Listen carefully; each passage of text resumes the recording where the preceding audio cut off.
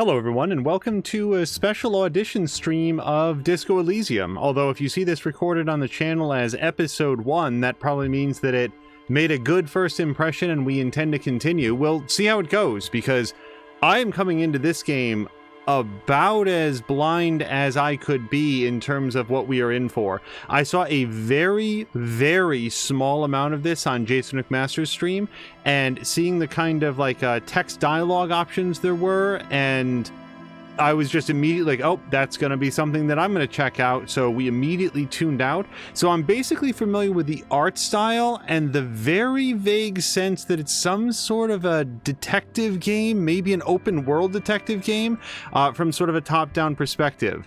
That can include, oh, and it's very, very well received by a lot of people that I have come to really respect their opinions. A special early hello to Tashir. Tashir, I hope that you're having a great Thursday, I think this is. It's been a long week. It's been a very long week already.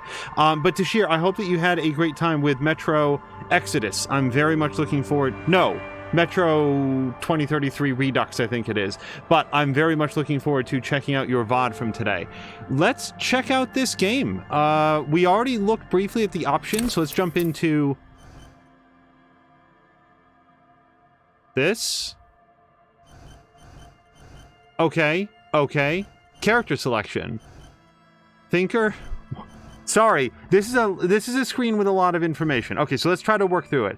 So, a thinker is extremely intelligent, very bad with people, knows interesting facts, comes up with original ideas.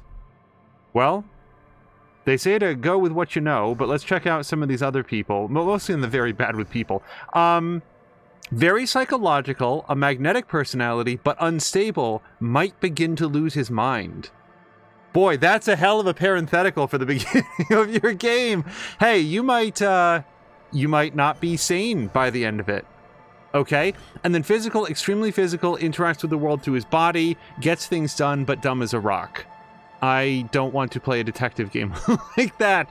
Oh, hello to Mia. Oh, no. Tashir, did it error out again? Metro Redux? Or we could create our own. Let me at least look at this, but since I'm so unaware of how this game goes, I am inclined to pick an archetype. But I just don't know what the... Oh, wait, we can get some information down here. So we got an intellect of 1. I assume lower is worse. Then we've got psyche. Your power to influence yourself and others, with a special bonus for Inland Empire. The hell does that mean? Then we've got physique, which is inexplicably with an FYS, how well your body is built. The question is, do I want to make me, or do I want to make, like, Jessica Fletcher?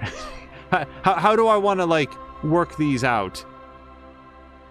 How well you move your body. Okay, let's look at create your own. I at least want to see this. I should caution people, this may be a slow launch. I'm seeing this for the very first time, and I'm trying to like work out like how the game even functions. So if you are watching this in the VOD and want to skip to gameplay, you know, just skip ahead in the timeline a little bit.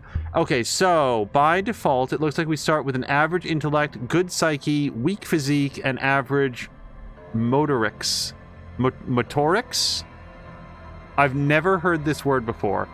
Well.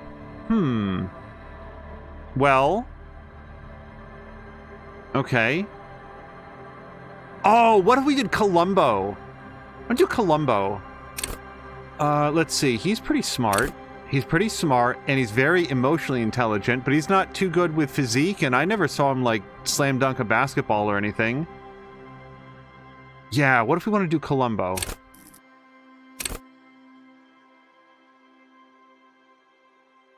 Fuck is this? What is this? What? Okay, set skill. Select your signature skill. This is dizzying. The skill you select will gain a +1 bonus. Additionally, the learning cap for every skill of the same type will be raised by +1.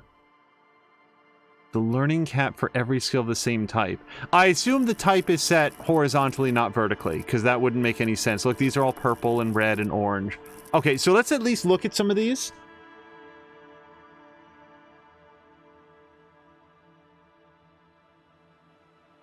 Oh no! Tashir saying that there's a in the final chapter of Metro 2033, there's a game-breaking bug that he doesn't think he can finish. I know where you're coming from. We had a similar situation going with Little Hope. Very frustrating. We might have a chance to talk about that as we go on. I should also note that after character creation, there might be very limited commentary. I don't know. My sense is that this is a pretty narrative-heavy game. Oh, okay. I'm not going to read all of that. Okay, so what's the overview? Logic, wield raw intellectual power, deduce the world. I guess I'm +4. Oh, because of the intellect. Okay, got it. So this is call upon your knowledge. Okay, rhetoric, practice the art of persuasion. Enjoy rigorous intellectual discourse. I noticed that it appears to be a picture of a person vomiting. Vomiting a necktie or maybe an ascot? I'm not sure. Drama, play the actor, lie and detect lies. Ooh, that sounds like a very Columbo thing. Columbo is very much like, I'm a big dummy. Oh, one more thing, I'm very forgetful. And then he already has you figured out from the opening credits. Understand creativity, see art in the world, or visual calculus, reconstruct crime scenes, make the laws of physics work for the law. That sounds very cool. I don't know that Columbo did that, but I want to do that. Volition, hold yourself together, keep your morale up. Inland Empire, yes, what is this? Hunches and gut feelings, dreams in waking life. That's not very Columbo-like, but it's very poetic. Empathy, understand others and work your mirror neurons. Mia, you know everything about this. What's a mirror neuron? What is that? Authority, intimidate the public, assert yourself. Esprit de corps, connect to Station 41, understand cop culture. What is Station 41? Is this a reference to something? Anyway. Charm men and women, play the puppet master. Well, Columbo is very charming. He's very deceptive. Okay, endurance, take the blows, don't let the world kill you. Shrug off the pain, they'll have to hurt you more. Yeah, I don't think I'm gonna do any of these. Wait, hold on. Breaking news, go to Party Planet. Love and be loved by drugs. Oh, I don't think I'm going to take that, but I want to go visit Party Planet. Raise the hair on your neck, tune into the city, let the body take control and threaten people. I think we know where Mia's points would go. Hand-to-eye coordination, perception. Ooh, why is perception under motoristics? I want that. See, hear, and smell everything. Let no detail go unnoticed. Oh, I want that one. Quickest to react, an untouchable man. Savoir-faire, sneak under their noses, stun with immense panache. What the fuck? What does that mean, and why is it represented by a facehugger? Oh, I want to set that as my signature skill just to figure out what it means. Stun with immense panache. Oh, that's just my middle name, isn't it? Master machines and pick locks, and straighten your back, keep your poker face. So we're already pretty good at intellect and psyche. I feel like that's very good Columbo stuff. So if I want to have one signature skill, I kind of feel I'd want it to be perception, right? Because I want to be very perceptive, unless there's something more Columbo-like. You know what else I like? Visual calculus, reconstruct crime scenes, and make the laws of physics work for the law. Oh, do I want that or perception? I want perception. We're going to go with perception. All right, confirm. Oh, hello to Samalander and Captain Dingus. Oh, wait, I think we're starting. Why would you pick something other than savoir-faire if it's an option? I don't know what it means, though. Is it like sneaking? I did not read that. I caught either furies or furries, and then it was gone. There is nothing, only warm primordial blackness. Your conscious ferments in it, no larger than a single grain of malt. You don't have to do anything anymore. Ever. Never, ever. I am a fan of non-existence. And also, how is the volume, everybody? My voice compared to ancient reptilian brain? Want to make sure that we're both audible. An inordinate amount of time passes. It is only void of struggle. No ex-wives are contained within it. Okay. Sure. What was that about X something? An awareness creeps up on you. A mass lies hidden in your dead angle, soaking in some lurid acidic sauce. It's bloated and shameful, a ball of meat surrounding you. This is a terrible line of questioning, and it will only lead to more awareness of the meat thing. Okay. What about the X something? Ex-love, ex-tenderness. It is foolish of you to resurface to the loss. Not after all the damage you've suffered to get here. Some of it irreversible. Stay. Sail with me through the abyssopelagic zone. Wow. Okay. So, maybe I didn't make my character smart enough. I do not know what abyssopelagic is at all. Okay, and also, Dingus got it for us. The Furies are at home in the mirror. It is their address. Even the clearest water, if deep enough, can drown. R.S. Thomas is what it said. Oh, right. Okay, so furries would have 2 R's. Got it. Furies it is. No, I want to get off now. I like pain and burning light and wanting things from people who don't want to give them to me. Well... I guess I like these things more than not existing. Do you really? I do. Let me off. You wouldn't like it if I told you what was back there. Why'd you think you had to bludgeon yourself into oblivion? Or did you not sense yourself marinating? Poured so much on yourself, got a bit carried away, did we, Chef? Fear and apprehension. You should ask what's out there first. What? Apprehension. You should ask what's out there first. Okay, so apparently I rolled a 10 and succeeded in my Inland Empire check, which I've already now forgotten what that means. What is waiting for me? There's this giant ball there. And evil apes. And the evil apes are juking it out on the ball. You're one of them. It's basically all just evil apes juking it out on a giant ball.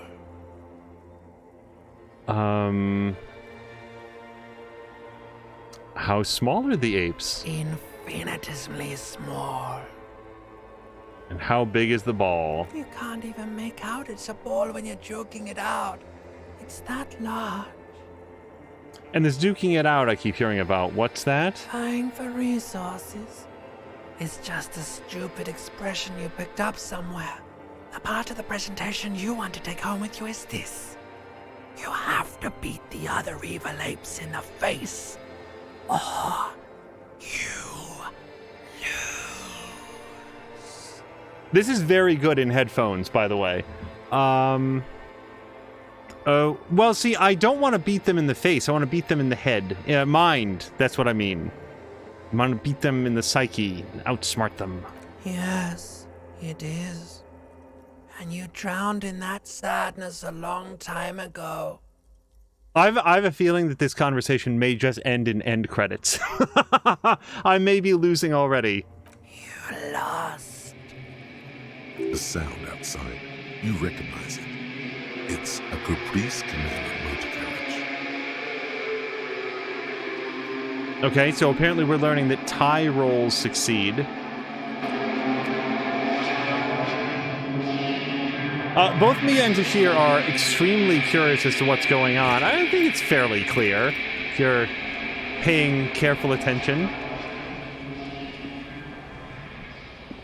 No, I have no idea. Just so you know. Ooh. Okay, it's 8:06 on day 1. And I'm not wearing near enough. Ooh, here's pants. And a bottle. I probably had enough of this, but... This magnum-sized bottle of Commodore Red is empty. I hope I live here. Oh, let's check out the fan. Actually, I really want to put on the pants. This fan has 2 chain pull switches. One ends in a tiny fan, the other in a light bulb. A truly horrific necktie has somehow attached itself to one of the blades. Or has it been consigned there as punishment? You feel as though this creature is your friend and wants to reattach itself to your neck so that you may continue your adventures together in this strange world. Oh, also, I think it was Samalander brought up the definition of savoir-faire, the ability to act or speak appropriately in social situations.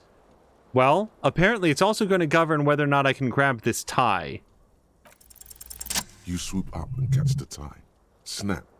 It's released from the blade.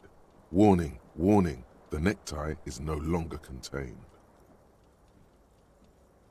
Okay, what did I get? It was 10 versus my 13, which I got 6 plus 5 equal 11, and then plus 2 for my savoir-faire score. Okay, sure. What you have in your hand is a fantastically colorful tie with 4 or 5 different patterns. The knot reminds you of a noose. If it's your friend, why was it up there? Who ties their friend to a ceiling fan? Maybe this thing is dangerous somehow. That's a good point, Logic. An ominous, foreboding feeling fills you as you look at the tie. Okay. So, I appear to be very hungover, so I'm thinking that turning on the light probably isn't going to help. And if it's at all the same temperature in this room as it is here, I don't want to turn off the fan either. I assume these options will remain available to me. It is time for pants. Hold tab to highlight. Okay, yep. Very Baldur's Gate here. No. Okay. What's this? You hear a jingle. Keys are clinking in the pocket of your flare-cut pants. Let's get them out. It says, whirling in rags, on the aluminium key ring. There is a single key on the ring. The number 1 is etched on it. It should open the door. That's my perception. Okay. This is about as befuddling as anything that I've played. Okay, so I'm not much of a sprinter right now.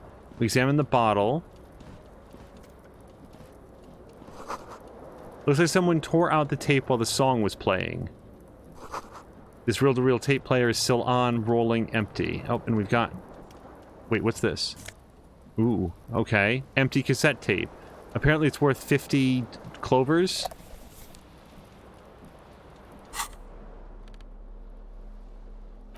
Oh, okay. There used to be a tape in this case, but it was destroyed in a fit of rage. Something about the Engineers' single smallest church in St. Sens must have rubbed someone the wrong way. The label says the song was recorded in 43. Okay. I'm currently wearing...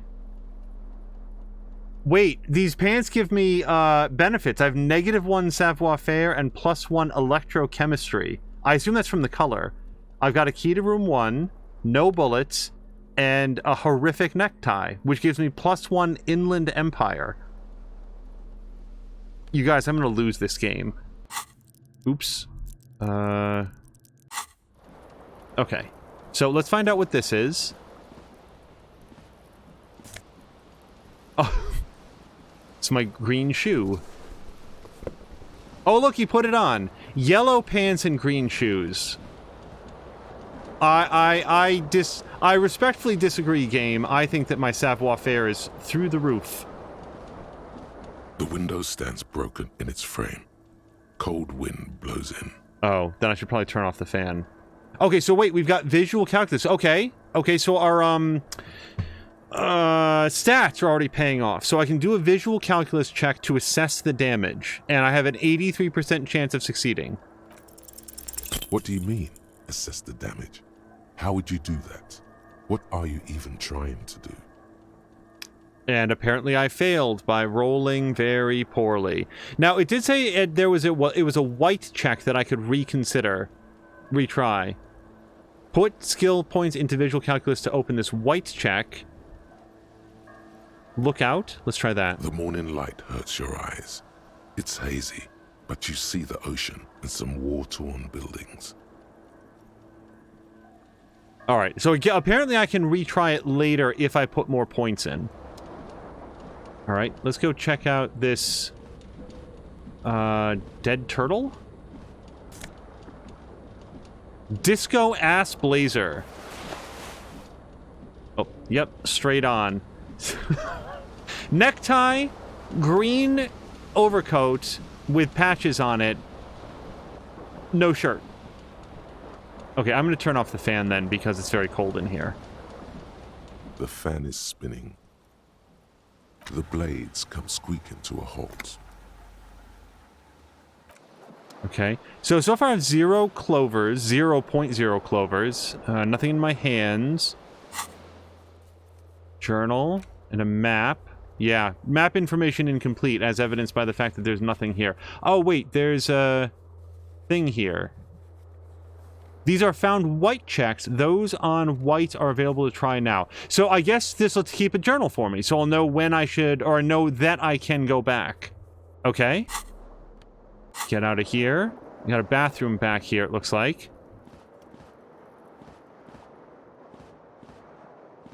Captain Dingus says that roll was unlucky. Samulander's saying that shirts are unnecessary.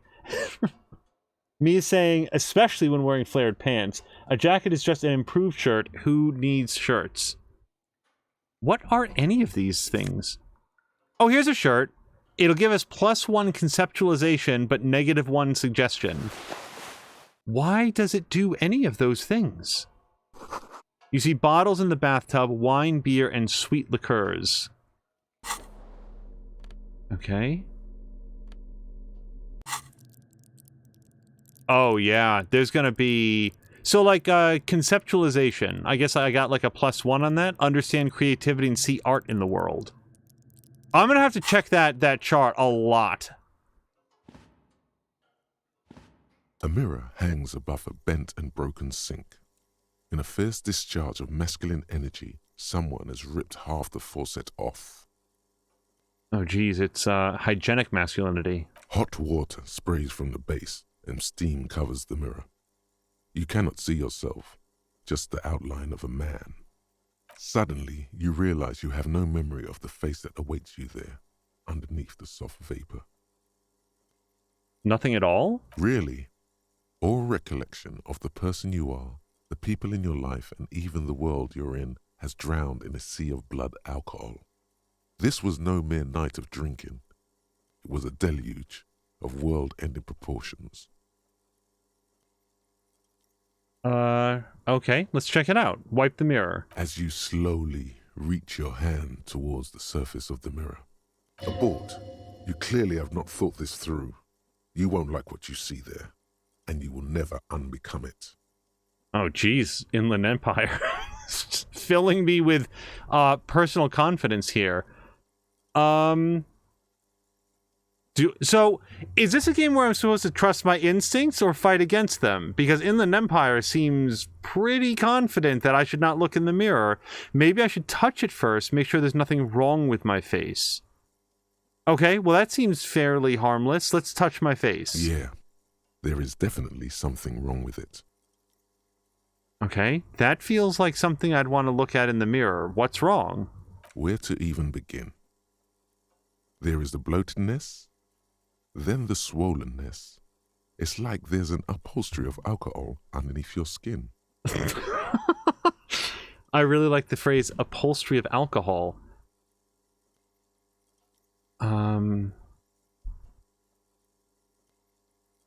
Okay, I don't know why it says, I'm sorry, touch your nose. Is it broken? Bet you are. Your nose feels like a small balloon in the middle of your face. It hurts when you honk it. It doesn't appear to be a particularly tiny nose either.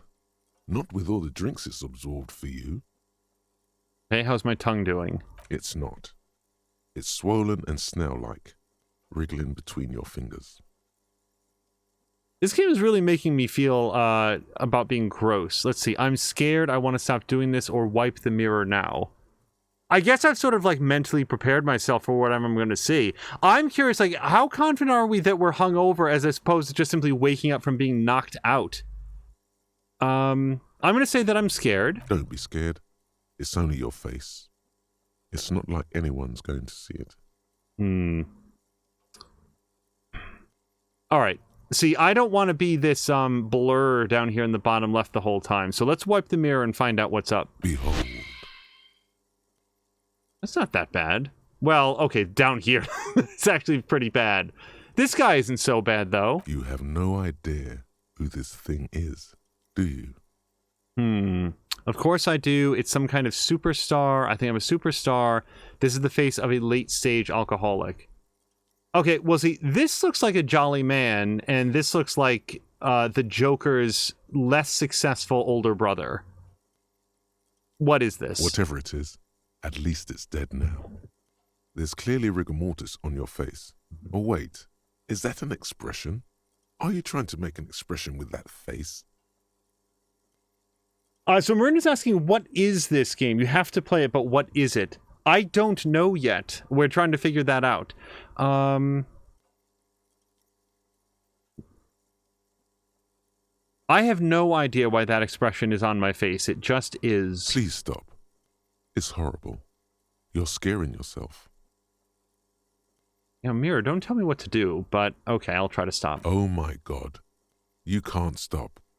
It's like it's not even voluntary anymore. You have worn that grin into your face and now it won't come off. What does it even mean? What is the emotion you're trying to convey? Not picking up the superstardom vibe from either of these images. I think it's supposed to look suggestive. I'm afraid it's meant for the ladies. I'm insinuating that I'm vaguely sympathetic. I think I'm sort of pulling it off, too, in a sad has-been kind of way. There's some charm to it. Well, sad has-been is the vibe that Columbo puts off. It's not true, but it's how he wants to be projected. So let's go with that one. There might have been 10 years ago. It's little more than a cadaverous spasm now. This game hates my guts. Let's see. Oh, I get two options here. Okay, so Encyclopedia, dig deep into your mind to locate the source of the expression, which is a low chance of success. And then we've got electrochemistry, which I am getting a +1 on, or is it -1 thanks to my pants. Attempt to stop the expression from happening. Well, that's even lower. So let's check the... if I can fail an 83%, I can succeed at a 28%. So let's try to find the source of the expression. Like the rest of you, it comes from a bad place somewhere in the past. That's all you know for now. Oh dear. And Encyclopedia is one of the things I'm allegedly good at. Yeah, there's no point. I'm not even going to try this. Well, actually, is there a penalty for trying and failing? It's a white check and I may retry it. That's good. Someday we're going to get one of these 3%ers and it's going to be a big celebration. It's too late. Like an image on film. The expression belongs to your primary motor cortex. It would take a minor neurological miracle for you to cease producing it. This is a real introduction to a character. Let's leave the mirror be. Okay, so my character hates himself. We've got a door here. Is there anything else that I want to check out in this apartment? So, like, for real though, we don't know if this is my apartment. It hasn't at any point said that it is. We do know that my clothes were strewn all over the place, but everything is strewn everywhere in here. And yeah, and this looks a lot like it's leaving. I cannot scroll down over there. Yeah. If I had to guess, this is a hallway. So let's go check out the bathroom in the... or the door in the bathroom. Can't stop the faucet.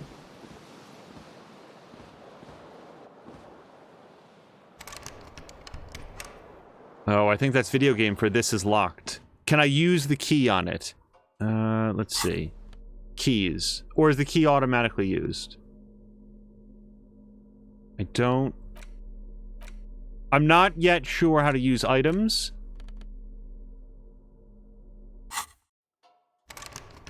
Let me just try one more time. Single click. Okay. Also, it's outlined in white, which is probably video game for you cannot open this at this time. Oh, hello to Azaric, who asked how it's going. So, one of the reasons that... Ooh, you can scroll in and out. One of the reasons that I wanted to play this is because I know that Azaric had started it up. Oh, hold on. Somebody's saying something down here. And I did not want to watch his stream until I had a chance to check it out for myself. Oh, I'm feeling better.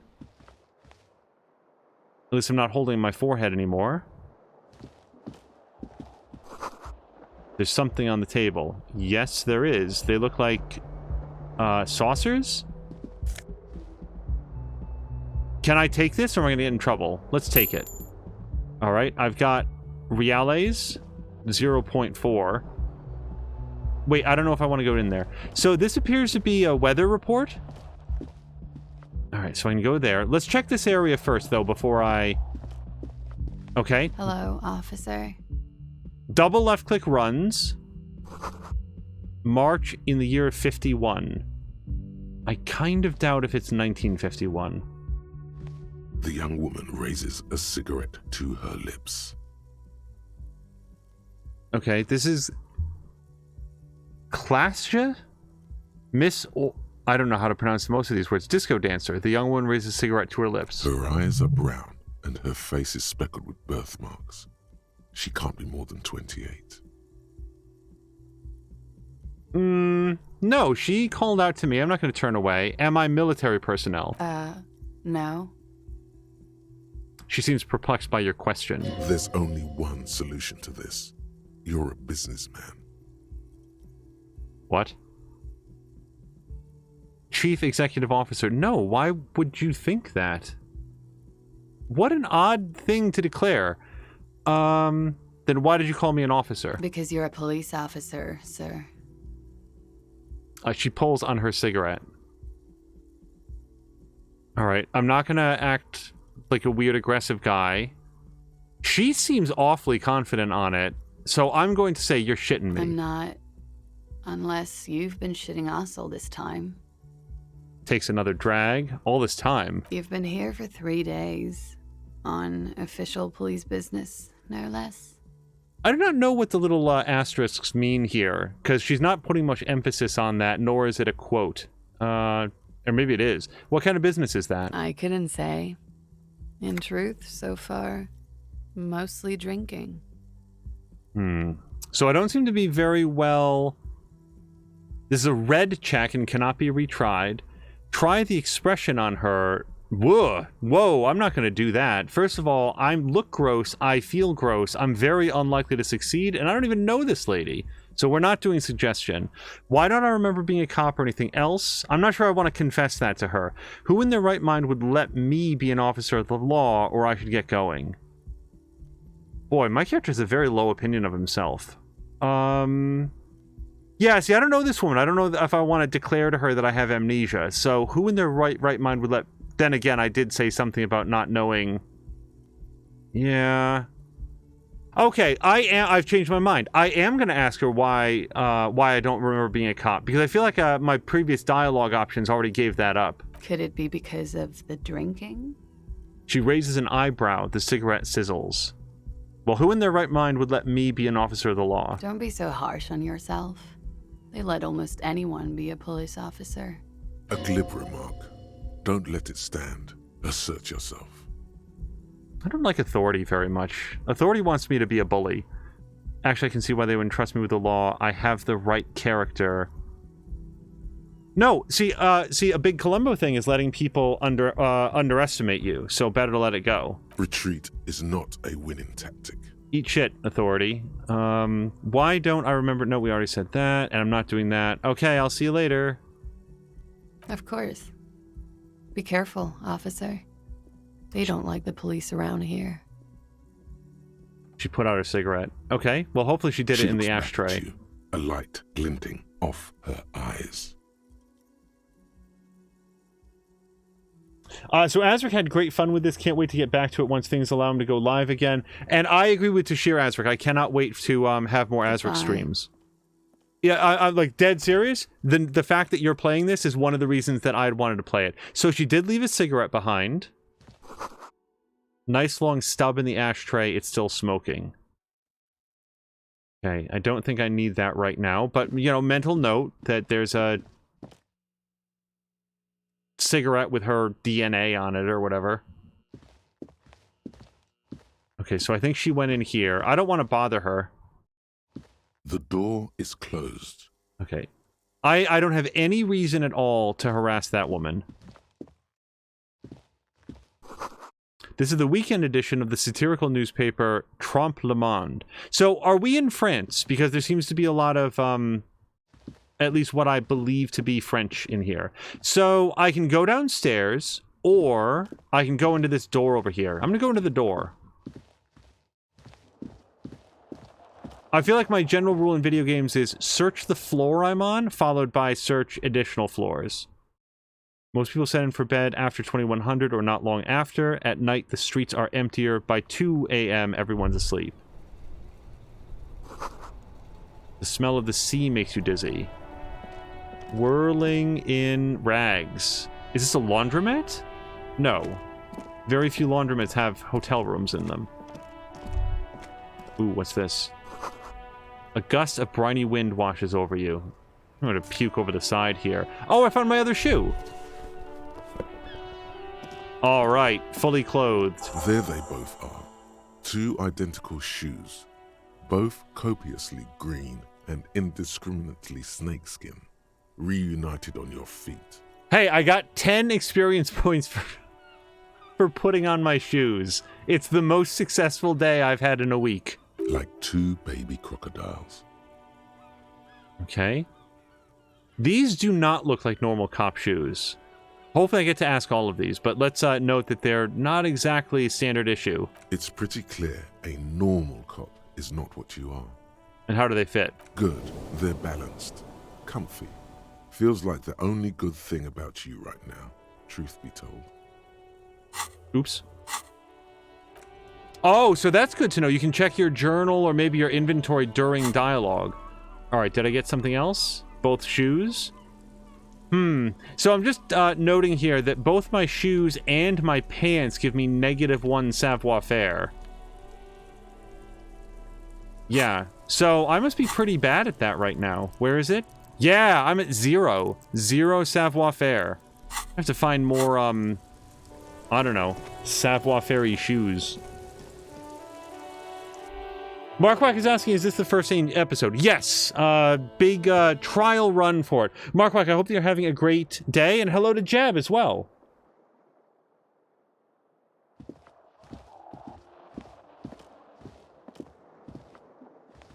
You're catching us? Oh, gosh.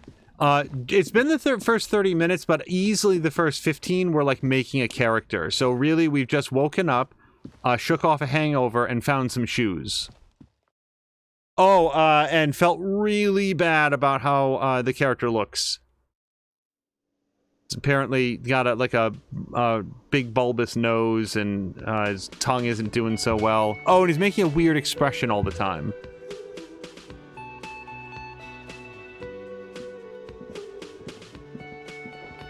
I'm gonna look at the everythings here. This is where the lyrics would be. A big old karaoke mic is just waiting for someone to sing into it. Oh my gosh, Marquark, thank you so much for the cheer. Marquark just cheered 1,000 bits. Thank you so much. This speaker is connected to the radio. Ooh, I didn't quite catch it. You should totally sing karaoke here, the first chance you get. Your emotions need to be expressed. People need to know your vast, oceanic soul. Okay, I woke up 20 minutes ago and feel and look like crap, so I don't think I'm going to be singing. My soul's cubic content is obscured by the hangover. Yeah, that kind of feels like where I'm at right now. Of course. At this point, precise measurements of your soul can only be performed from the outside. It needs to be heard through a PA system by other people. What should I sing when it comes to it? That's a good question. You should sing the sad small church song from that tape you found. Thought it was obvious.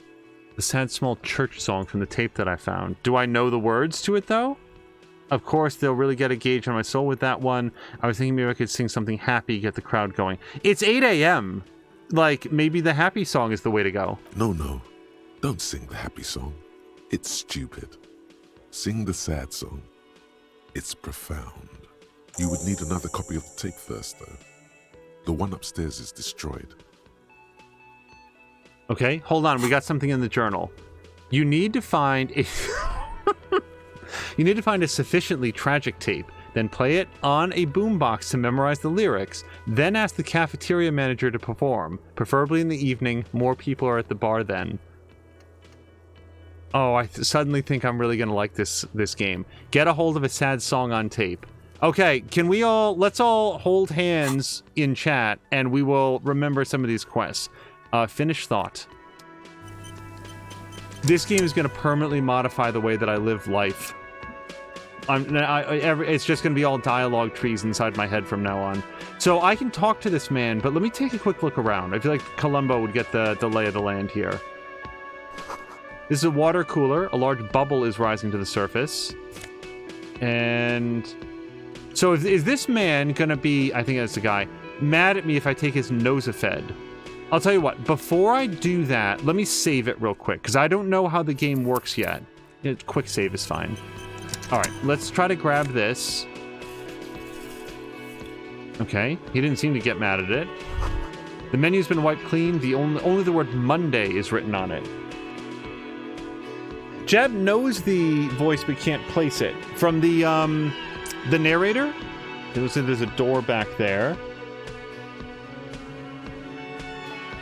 More Than Me is looking it up. What's the name of the character? Unless we're talking about the woman who I didn't quite catch. It seems to be the same voice. Oh, wait. A woman's hand wrote yesterday's menu. Today starts in a man's handwriting. Oh, nice. So I'm starting to notice things in the world because I'm, intuitive or whatever. Okay, so this guy wasn't on station yesterday. Like, I don't know why that's important, but let's start to pay attention to stuff like that. A man in his late 20s stands behind the counter, inspecting a stuffed seabird. As you approach, he gives you a sideways glance, then looks down again. Yeah, Mia, I'd probably just call this like the narrator. It's the same voice for a lot of like the internal thoughts. That was disdain in his eyes. Even now he's purposely ignoring you. I am empathetic enough to understand when people show disdain for me to my face. So we could note that he doesn't like me, but I'm not sure that I care to let him know that I'm aware of that. He's probably the bartender. He's standing behind the bar and wearing that vest. Let's look at the stuffed bird. A competent work of taxidermy. The white and brown seabird lies among piles of coasters and drying mugs. One of its wings broken. The man is trying to mend it. Looks like the bird was ripped off the shield that was used to mount it, most likely on a wall. So my room isn't the only place that there's been some sort of an altercation. Which probably just means that I did it. This is the Great Skua. The seabird is the symbol for the discovery of the Insulindian Isola, the part of the world you are in right now.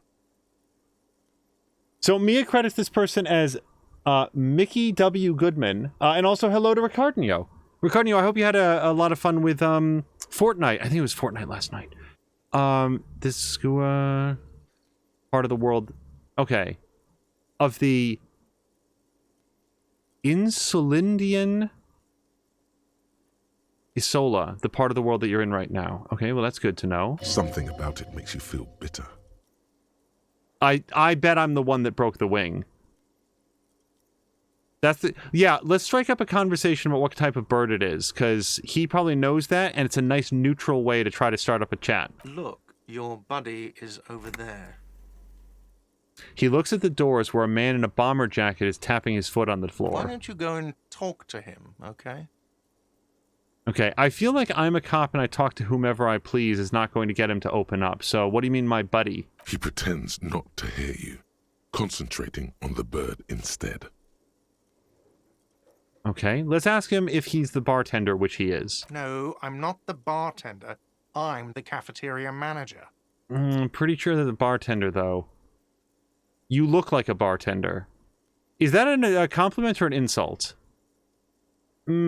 Also, I could just say understood. Yeah, I don't think I want to antagonize this guy. Understood. Mm-hmm. Something tells me you don't like me. Oh, no. You're a hero. A real hero cop.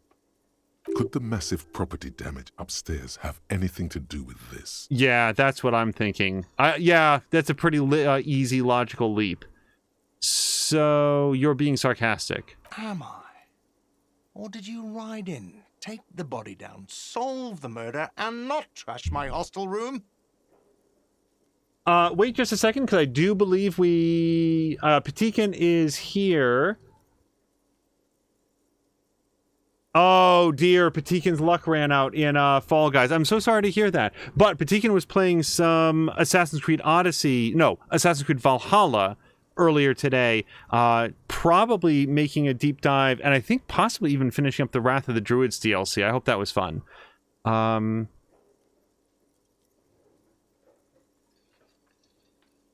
Solve the murder and not trash my hostel room. So apparently I'm here to investigate a murder. It really speaks well of your time as a detective if you are technically investigating a crime that you don't remember took place.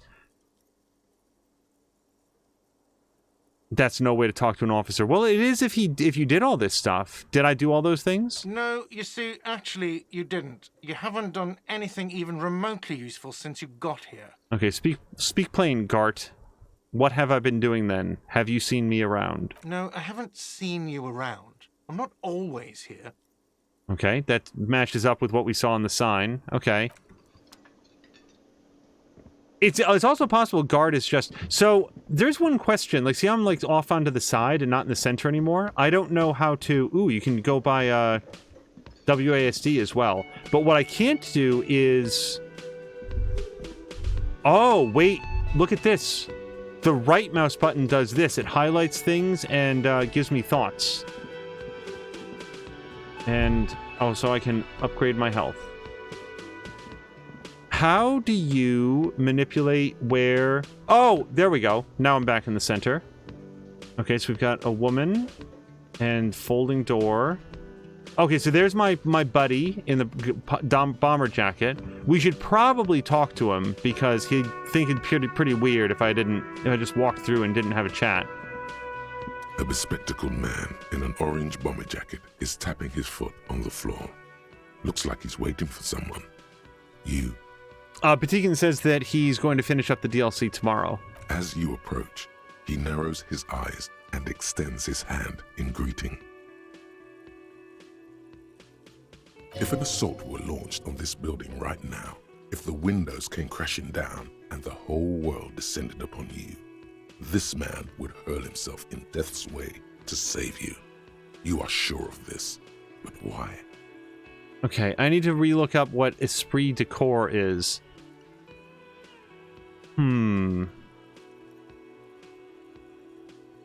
Well, I'm clearly going to shake his hand, but can I try to consider if I have any memory of who he is?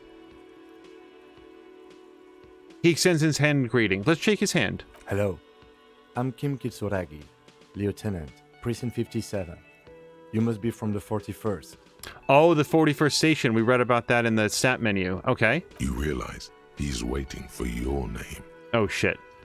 I don't know him. Why did I think that he'd throw himself in front of a bullet for me? This is your chance to come up with a really good name for yourself. Get creative. Conceptualize. Okay. Well, allegedly I'm good at conceptualization, so let's do it. Concentration makes you squint your eyes. Your name should be deep gold and orange, like a forest fire looming on the horizon, but mixed with the stench of liquor rising from your breath. You're 2 steps closer to it, but there are still many to go. Oh, man, because I was thinking that maybe my name is Bronze Heineken. That would be a great name for a detective.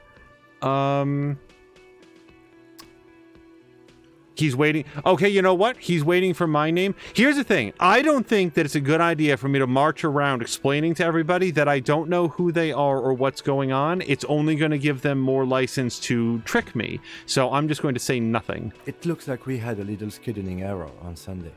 Saturday too, actually. Have you had time to talk to the manager here? What he means is, he has been trying to meet up with you for 2 days, but you have been otherwise occupied. So, do you mean him, nod towards the cafeteria manager? I just talked to him. No, I haven't. Or there must be some kind of misunderstanding. You're taking me for someone else. He clearly is not. So, let's nod towards the cat. We're basically going to pretend that we know anything of what's going on. If you don't mind, we should talk to him again. Ask him for a rundown of the area. Now that I'm here as well. I understand the scene is out back, right? Yes, the scene is out back. It also wouldn't hurt to assure him the police are finally here. In full force, I mean. Have you mapped out the initial interviews? Yeah, yes, the police. I am aware I'm a policeman.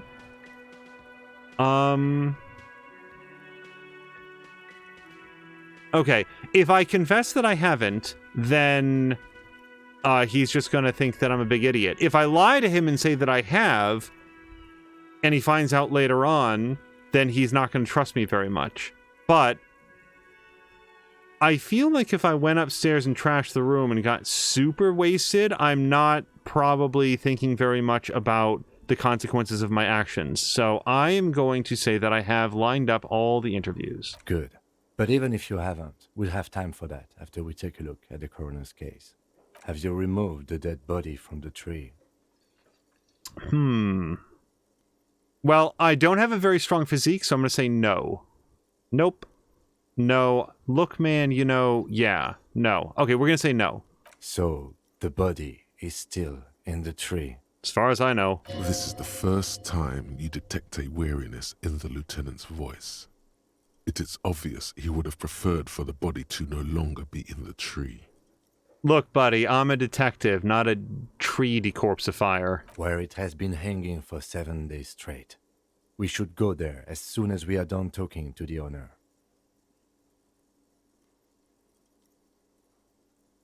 Oh, God. See, the gamer in me wants to ask all of these questions, but the faker in me wants to say, yes, I know everything that's happening. God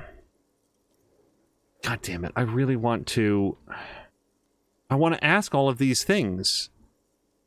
Let's just ask him for a refresher on what we're supposed to do, just to make sure he knows. Talk to the manager.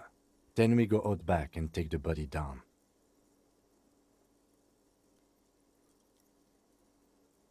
Okay, I am going to ask, how can you be so sure I'm from the police? Because apparently we're meeting for the first time. I was sent here to meet a detective from Precinct 41. You have the insignia of the Citizens Militia on your sleeve and on your back.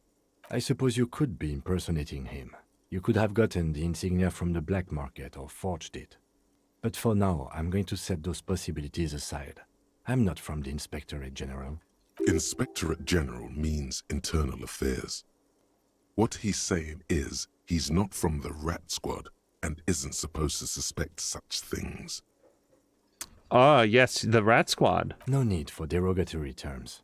They're only doing their job. Oh boy, I've already turned them against me. You said insignia, these white rectangles you mean, point to your sleeve.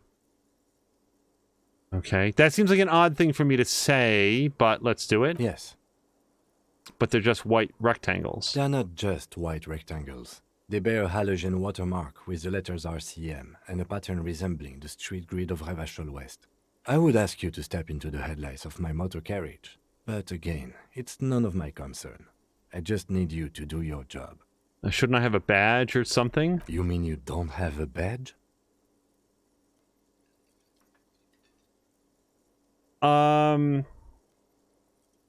You know what? This doesn't seem like something I should lie about. It was not on me when I woke up. Losing your identification card is a serious matter. My vehicle has a shortwave. You can use it to report your badge missing. I would advise you to locate it as quickly as possible. But getting the body down should still take precedence. Okay. I really want to say these other things, but I mean, like, I kind of trust this guy, right?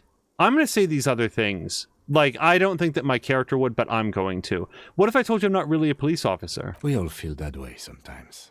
There is no such thing as a police officer, I'm afraid. What remains is that there is a dead body in the tree. Someone has to figure out who put it there. If we don't, no one else will. And hello to Brian. Brian, I hope you're having a great Thursday so far. And then, soon after, dead bodies would be dangling from all the trees. Logic is a real Olympian in that Logic makes a lot of uncommon leaps. But first, we have to take it down. Yeah, he really wants to get that body out of the tree. I am not going to say that I can't remember anything. I feel like that would really get our professional relationship off to a negative start. After you, officer. Okay. So, here, like, things I don't know about the game. I'm going to lay down a quick save here. How quickly, I love that one of my objectives is to sing karaoke. You need to report your badge, the missing badge, to the 41st Precinct as soon as possible. The lieutenant said that you can use the radio in his motor car to call your station. He also said that we should take down the body first. The cafeteria manager of the Whirling in Rags might know something about the murder that happened in the yard. Ask him about it, and then we'd inspect the victim's body. I see that we are putting these up in ascending order of importance. Oh, and I found my other shoe. Okay, cool. Now, see, I want to talk to this person and also check out what appears to be the world's worst pinball machine. And it's unplugged, but why is it so short? That is a weird pinball machine. Mess hall reserved for union members. Doors open at 1600. And there's a clock that's been ticking away down here, too. All right. Let's go talk to the manager. Oh, Brian has tomorrow off. That's awesome. The man with the unimpressive beard notices you approaching. He drops the ledger he was holding and turns to the lieutenant. Mr. Gart, right? The lieutenant glances... You run this place. Oh. Hold on. The lieutenant glances into his little notebook and then says, you run this place. Yes. I am Kim Kitsuragi from Precinct 57. This is an inter-district investigation, so joining me from Precinct 41... He looks to you, realizing he still doesn't know your name. It's Bronze Heineken. I can actually say, what is golden orange like a forest fire but smells like liquor?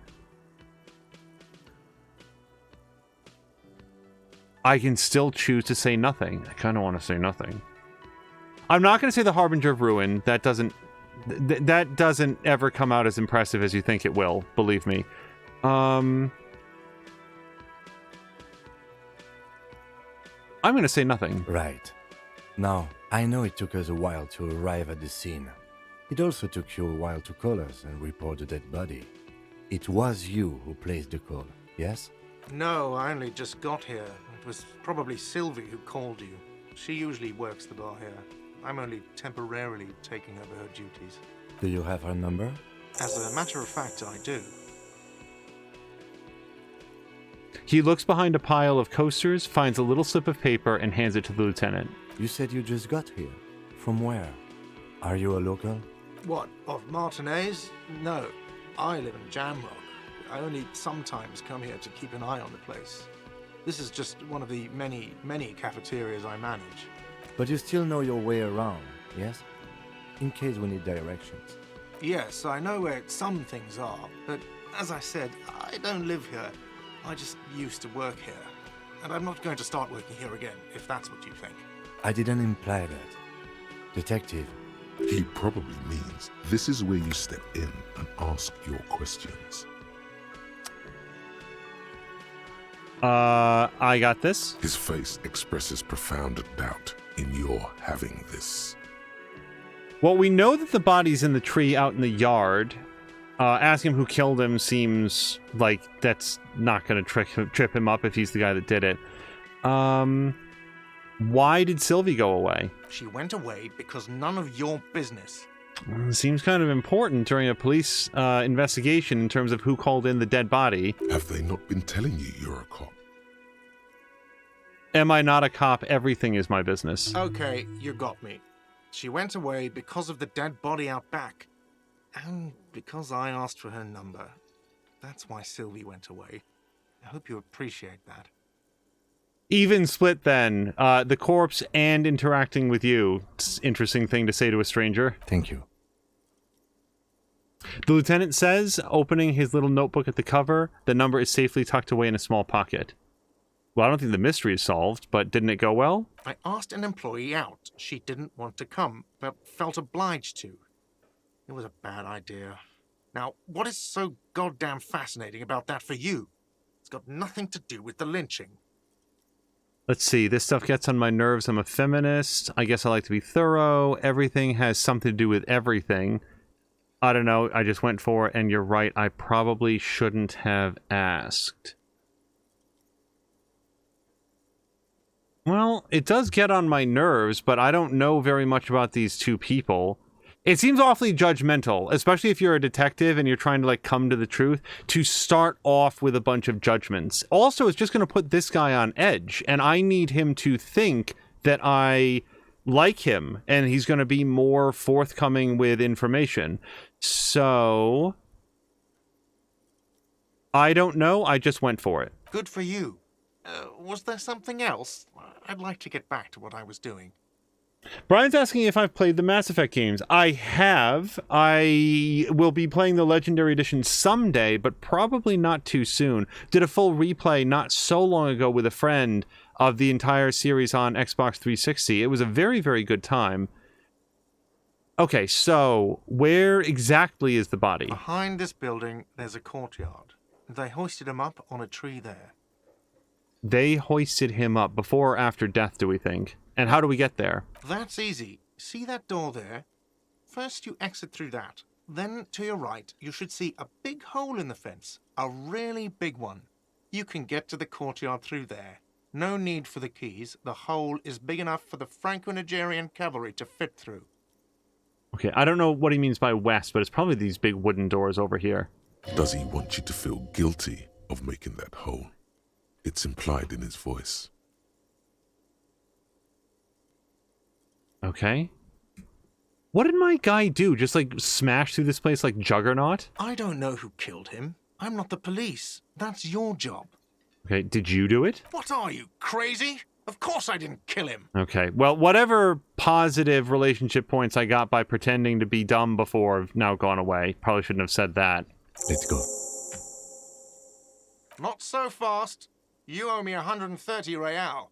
No one is saying the multi-pattern necktie you found tied to the ceiling fan can talk. No one. It must be merely imagination. But Let's bail! Time to push the eject button! Sounds like a responsibility! You don't like those! Thank God I found horrific necktie. Just full of good advice. So, I can slip away unnoticed with my savoir-faire, but I'm not going to do very well. I've got a low chance to do that thanks to my loud pants and shoes. Well, we've already pissed him off by kind of directly accusing him of murder. I might as well say I don't owe you shit. But let's ask him what real is. It's obviously the currency, but let's ask. Oh, excuse me. You owe me 130 real. He pronounces the R with a mock aristocratic accent. the IIR, or Inter-Isolary Real, is the global reserve currency. Whatever part of the world you're in right now, it's safe to assume he means you owe him some money. Okay, so but playing dumb is not going to help, so you mean that I owe you money? Wow, you're a genius. Yes, that's right, money. You owe this establishment 130 real. He points to the red ledger on the counter. Who does that clown think he is? Arrest him! Necktie, you suck.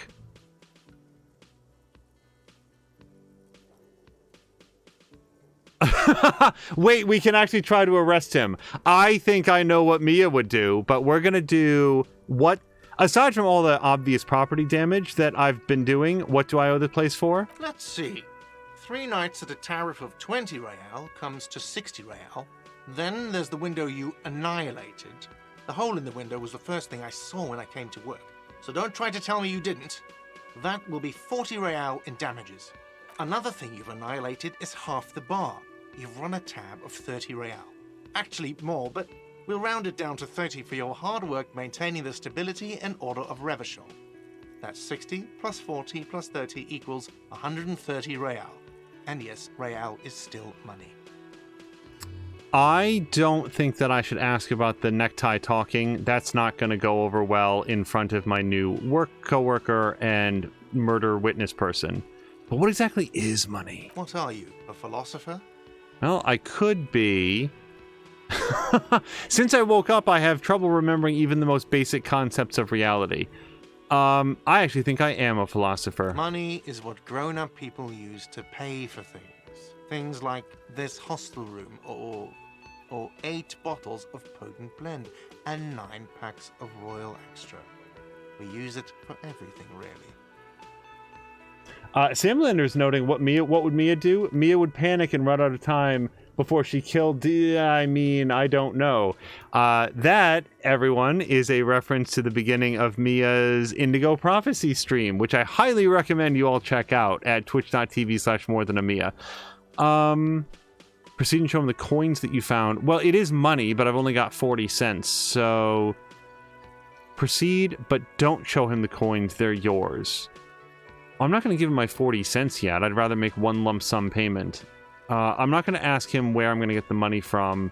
Why do I need it? Sure. For survival, to pay me. Unless you want to become a hobo. Do you want to become a hobo? There's nowhere else to stay in Martinez, and it's a cold spring outside. Money doesn't make you happy, but it lets you be unhappy for a while longer.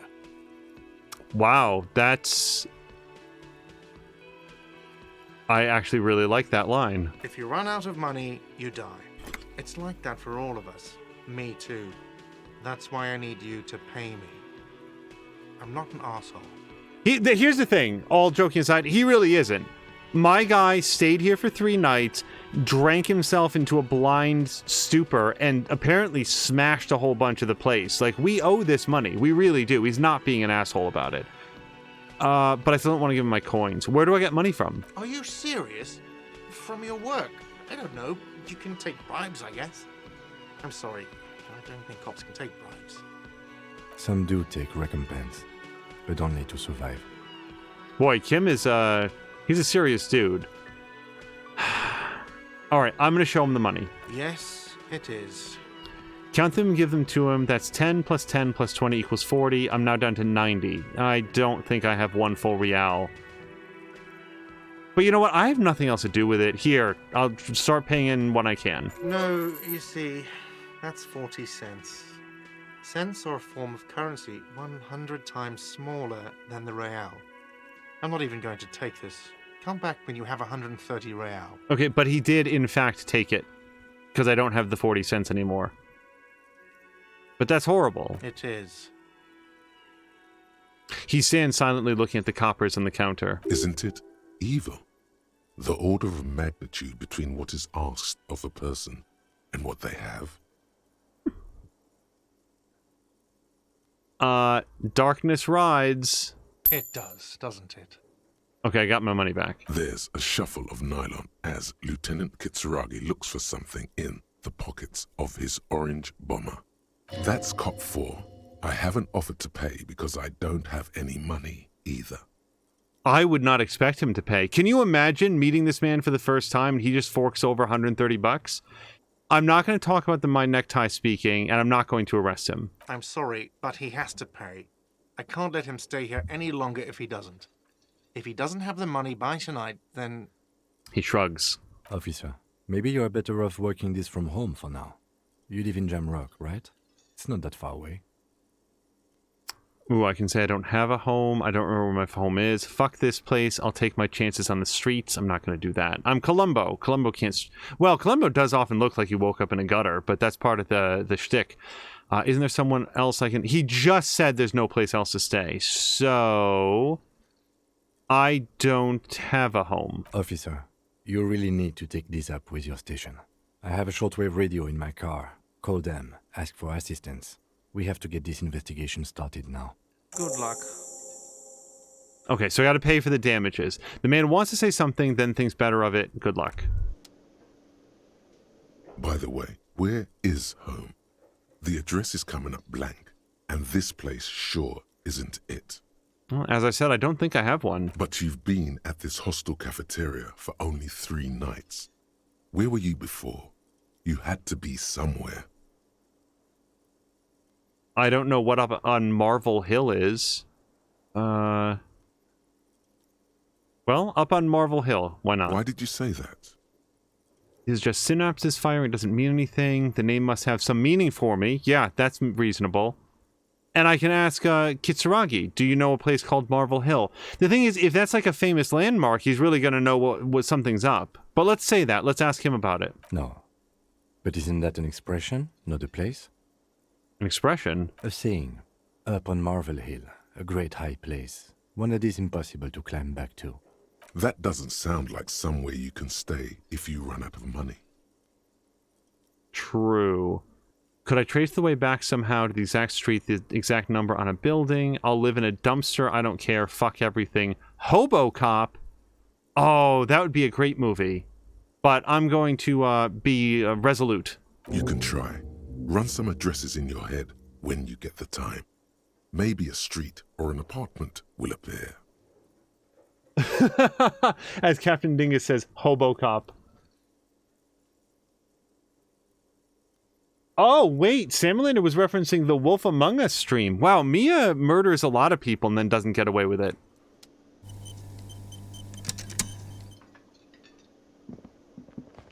Okay, so we should go get the body, but I want to look at this. So, Lonesome Long Way Home, temporary research bonus, +1 encyclopedia, factual memory returns, research time 6 hours and 5 minutes. Let's rewind. Let's trace your drunken steps back home, jump across the raised channel bridge southwest of here, fall over, get up, get off the asphalt in 20 minutes, shuffle your feet through courtyards, scaring little children. Go under the great raised motor tract, the 881, until you reach Le Domaine Amanant in South Jamrock. The streets are frozen this time of year, caked with ice. Walk down to Main to Partition. There's a side alley there with your footprints in the mud. So do I click internalize? Maybe? Okay. So does this pass in real time as I think about it?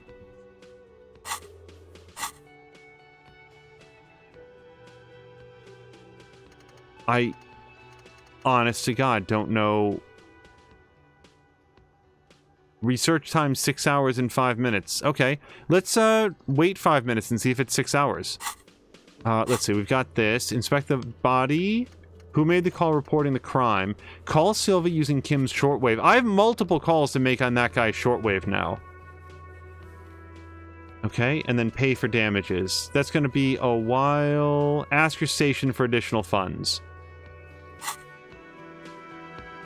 Alright, so I kind of feel like the courtyard is over here, but he said to the west, and usually in video games, west is to the...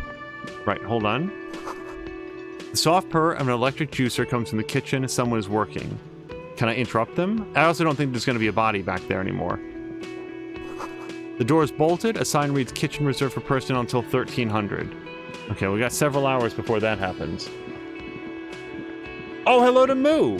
I didn't get away with the bad thing I did in Wolf Among Us either, says... Oh, we never talked to the woman in the chair here. Let's go have a chat.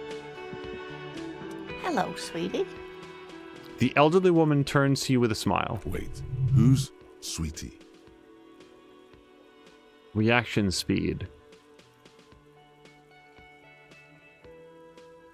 Okay, I would just take it as a random expression of greeting, but let's go with who's Sweetie? Why, you are, officer. I'm no Sweetie, ma'am. Look at me. You're a handsome man, officer, with your mustache and your chiseled jaw and that silly dimple on your chin. That stupid dimple has only brought me suffering. I don't want to talk about the dimple anymore. Boy, we're really locking in on that dimple. I'm a bitter man. The years have taken their toll. I do not know how much these dialogue choices are, like, actually forming my personality. You know something? I take it back. I appreciate it. You must forgive me. I'm getting so scatterbrained. I completely forgot to introduce myself. She slaps herself in the forehead. I'm Lena. My husband Morel and I are staying with our friend Gary just down the street, but I come here for tea when they're away. Her eyes glitter over the rims of her glasses as she looks up, smiling. This Lena is wacky enough for the Motley Crew. Hire her on the spot. For what? So I can point out that she seems to be in a chair. That seems like a rude thing to do. How'd you like to roll with me? That seems like a rude thing to say. I don't know if you've noticed, but I don't know where I am or what I'm doing or anything. Sweetie needs money. Do sweeties get money? I do not like any of these responses. You know what the least bad thing is here? How'd you like to roll with me? Maybe she'll find that endearing and not kind of a very crude commentary on the fact that she's sitting in a wheelchair? Whatever do you mean? I want you to be my wheelchaired partner in fighting crime, ridding backyards of corpses, catching sequence killers. Or I can say nothing. You know what? Come along. I do not... This is super weird that I've known this woman for basically 3 minutes and I'm asking her to come along, but sure. Sequence killers? Oh my. But I think you already have a partner, sweetie. A partner who needs you to help him get a corpse down from a tree. Poor Kim. I'm just yanking his chain here. I know, but there's also side mysteries, sequence killers, and forays into the paranatural. So, speaking of Fahrenheit, we might have, like, what does she have, like, psychic powers? Why are we talking about the paranatural? Paranatural. I'm also not going to say that I forgot that he was here. I thought maybe I could have another partner. So, you're probably right. It seems to me that you lucked out with your partner. He has the look of an upstanding officer of the law. Someone you can lean on, and sweetie, you are looking unsteady. So, my guess here is that I can have one companion, and right now I've got Kim. But I could potentially come back if I'm on a side quest and talk with Lena, the cryptozoologist's wife, which is a lot of information to know about somebody by just sort of, like, saying hello. I'm not going to ask her for money. That sucks. Then again, she might know how to get money? I feel really creepy about this. Let's ask her for money. Oh, sweetie, I heard your conversation with the manager about your financial troubles. When do you get your next paycheck? If she could, this woman would feed and clothe you and every other sad, lost person on this earth. And hello to Tin Kuridan. I hope that you're having a great Thursday. We're checking out Disco Elysium for the very first time. Yeah, for Brian or Moo or others, brand new, checking out Disco Elysium. It is as odd as any game I've ever played, but also very engaging so far. And I'm slowly getting a sense for, like, how my mind talks to me and communicates ideas. I can try to tug on her heartstrings. I don't feel good about this. I don't even know this woman. I'm going to do it because I have an 83% chance of... I understand Lena's idealism. Let's hit it. Your deportment remains dignified as you shed a single lonely tear. It isn't easy for me to ask this of anyone, but I am at the end of my rope. Any money you have could help me out. Sweetie, I only have a few cents on me, but I could give you this to pawn. Just to tide you over. She unfastens a gold commemorative pin from her left jacket pocket and drops it into your palm. We're already failing the Columbo playthrough that I had in mind. I don't remember the episode where Columbo weeps quietly to trick an elderly woman into giving up her commemorative pin. Wonderful. He has a pin. Oh, Kim is desperately wondering why he is not the main character. The pin is round and slightly tarnished. 3 sailboats in bas-relief with the sun hovering over the water behind them. A chipped green banner at the bottom reads, San Baptiste, Summer 31, Dinghy Races. I hope I'm not supposed to remember all that. what is to pawn? I'm not... Okay, I have amnesia, not, like, complete loss of everything. Where can I pawn... just ask her directly, where can I pawn the pin? This will help me out, thanks. Or I promise I'll buy it back for you once I have more money. That's a big promise to make when I have no idea how much it's worth. That will really help me out, Lena. Thanks. Should I ask her where I can pawn it? Because, I mean, she did give it to me to, like, get some extra cash. I don't like the fact that I took this pin. I'll ask her about where to pawn the pin. Cross the plaza and follow the road along the coast. Down by the water, there'll be a shack nestled against an old stone facade. That's the pawn shop. An old friend of my husband's goes there often. He says the owner is quite helpful. Okay, that will really help me out, Lena. And hello to Pandadillion. FYI, Groomfy is horrified by the pronunciation of bas relief. Groomfy knows more about pronunciations than I do. I'm not sure that I've heard the phrase before. This will help me out. You're quite welcome, dear. Okay. So I can ask her about the pin. Maybe I can give it back. I actually didn't really want the pin. I'm going to pay that guy back, but I have to assume there's other ways to do it. About your pin? I hope you were able to pawn that old trinket. Oh, I can straight up give it back to her. I'm going to give it back to her. Oh, thank you, dear. I confess, I am glad to see it again. Yeah, I do not know this woman. I do not know why I took her pin. Even the lieutenant seems happy with this turn of events. Yeah, I think we're all feeling better about that. What else, sweetie? Okay. Yeah, see, standard video game is choose every option, say everything that there is. I really don't want to ask her about, like, being in the chair. Like, there's any number of reasons. None of them are my business. She would volunteer that information if she chose to. I'm going to get going now. Of course, dear. Good luck with your case. She's very friendly. Okay, so I can't go back there. Now, he had said that the body was in a tree to the west. As far as I know, this is to the west. Also, I have, nothing new. Okay. I'm going to lay down another quick save.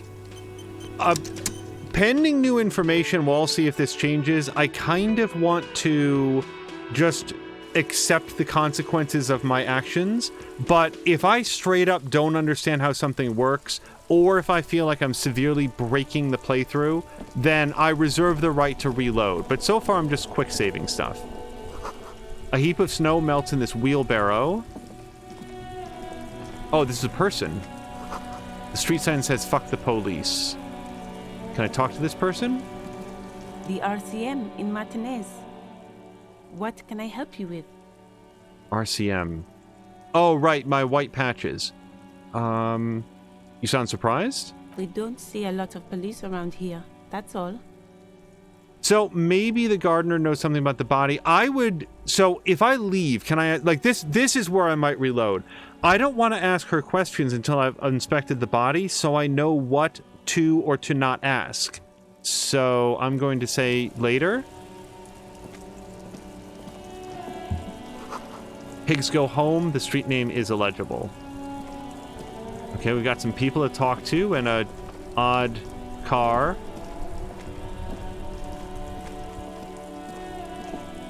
And I do not see a body in a tree yet. I don't want to wander too far until we find it.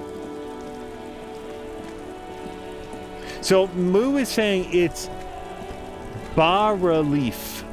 Bas-relief. With a French accent, which I will not attempt to do here. I can't do a French accent anywhere. Goods from the lorry haphazardly litter the surroundings. So this appears to be the other entrance into the Whirling in Rags. Closed for winter. Please use the main entrance. Okay. I do not know where the,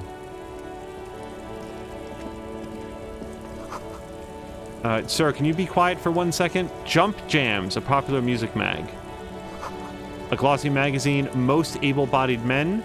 The issue hosts a top 10 list. Can I rifle through the garbage? And since the answer is clearly yes, we're gonna quick save before we do.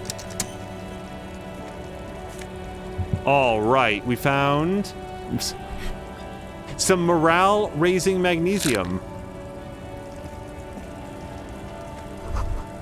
Freet. Wait, oh, wait. I want to think. 3 T's, how idiomatic. Okay, freet is misspelled. Oh, I bet the body's over here. This feels like east rather than west, but look at all these people. Can I grab these coins, I assume, off the ground? All right, we're almost up to 1 Riele. So I want to talk to all of these people, but I've got Detective Kim. We made a promise about, like, checking the body. It does kind of feel like that's important. I'll tell you what. Check the body or use the shortwave to call in and try to get paid. I will take either one of those 2 things. Oh, that's right. So it was through a big hole. Remember when he said that? This must be the hole that my guy made while he was drunk.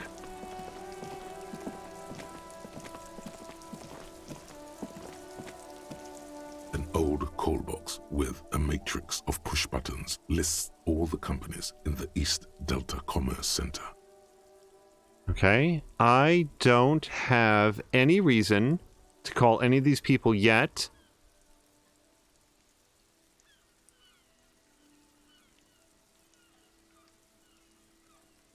I'm going to try the empty card, though. This button looks new, but someone has removed the name card. Nothing happens when you try to ring it. Huh. This button looks new. It's probably not connected yet. Okay. Yeah, I'm not gonna go down this. I have no reason to talk to any of these people yet. Rue de Saint-Ghislain HB. Okay. So yeah, he said go through the big hole. So this must be the courtyard. He said go out to the west, which we've done. Go through the big hole. And now I assume we're going to see a corpse tree with a boy playing next to it. Yep, there's the boy. There's the body. Not wearing very much. And also, there's some footprints or something here. Oh, hold on. Smells like spoiled meat and curdled dairy. A human being decomposes. There are several footprints in the mud, left by work boots. Anywhere from 6 to 12 pairs have walked here. Okay, let's try to get an exact count. What do you think you are? A super detective? You're hungover. These are just dents in the mud. No pattern emerges for the time being. Okay, so this is important. I apparently lost some morale by probably by failing that. So there is a penalty, presumably, or possibly, for failing skill checks. That is important. Do I get any information about what kind of boots? Heavy workers' boots with reinforced toes and hobnails, all over the yard. Isn't this something an industrial worker would wear? Lieutenant, workers' boot tracks. Noted. The lieutenant takes out his little notebook.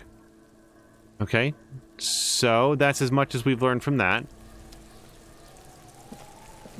Hey, kid, can you stop whatever you're doing to that corpse? Kuno's got this. The boy throwing rocks at the dead body can't be older than 12. And he's not going to see 13 if he didn't get the hell out of here. If there ever was such a thing as an ugly kid, then this is it. He's almost exquisite in his ugliness, like a gremlin. Dude, let's lay off the insulting kids and how they look. Yells the other kid behind the fence. Okay, that kid up there.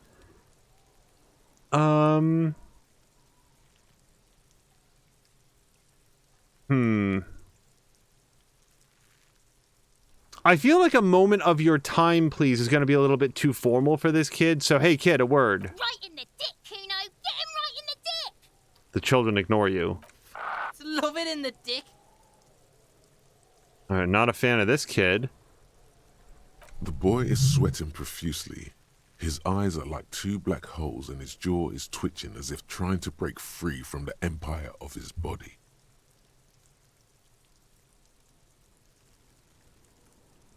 Hold on, what does that mean? I don't want him to elaborate on that thought.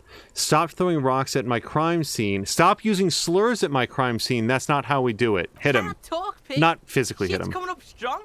Throwing rocks. Shit coming up strong. That sounds good. Joyous, you should hang out with this kid and see what that juicy shit is all about.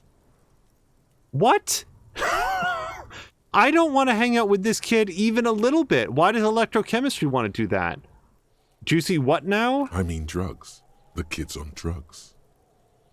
Yeah, at the tender age of 12. That sucks. Yeah, Kuno, ride the lightning, Kuno. Kuno's riding at sea. He wipes sweat from his brow and sends another rock flying. The rake, Kuno. You should throw the rake at him, Kuno. The fuck does Kuno know what a rake is? Kuno's not a gardener. So it's snowing now in real time, which is pretty cool. I'm probably losing the opportunity to inspect this crime scene. So we can actually, hey everyone on stream chat, let's all hang out with this 12-year-old kid and do drugs with him. I'm not sure that I want to turn to Kim and ask him what to do. I don't care if they're siblings. Look, I got some questions for you. All right, entertain the Kuno. Show me what you got. What you got there?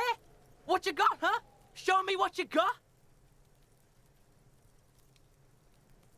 Okay. So we may only get one shot at this, so I'm going to ask if they often play in the yard. Right, pig. This is where Kuno plays with his little wooden choo-choo. What do you want with it? Well, I might have some questions later, so let's talk about something else. Yeah, whatever. Kuno doesn't give a shit. What do you know about this body? Shitload, pig. What's your question? Don't tell the pig shit, Kuno. Okay, Kuno S, we need to get these two separated because they are just egging each other on.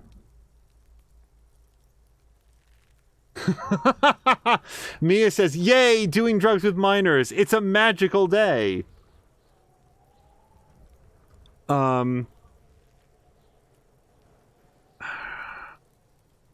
Yeah, it turns out I don't actually have questions. But I don't want to... I'm going to ask him. I don't really want to ask him because it's our first day working together. If I were to want to waste my time, which I do not, I would ask them who he is, how he got there, and the usual. The usual being, have you seen anything out of the ordinary? Or have you seen anything suspicious? Do you know who he was? Do you know how it got up there? Have you seen anyone suspicious around? Let's ask that. I mean, I feel like it's the most likely to prompt some sort of reflection, because this kid's going to want to brag about anything that he knows, like strange figures that he's seen. Just a couple of pigs sniffing around in the dirt. That seems pretty fucking suspicious to Kuno. Yeah, you tell the faggoty, Kuno. Looks like you're a faggoty now, whatever that means.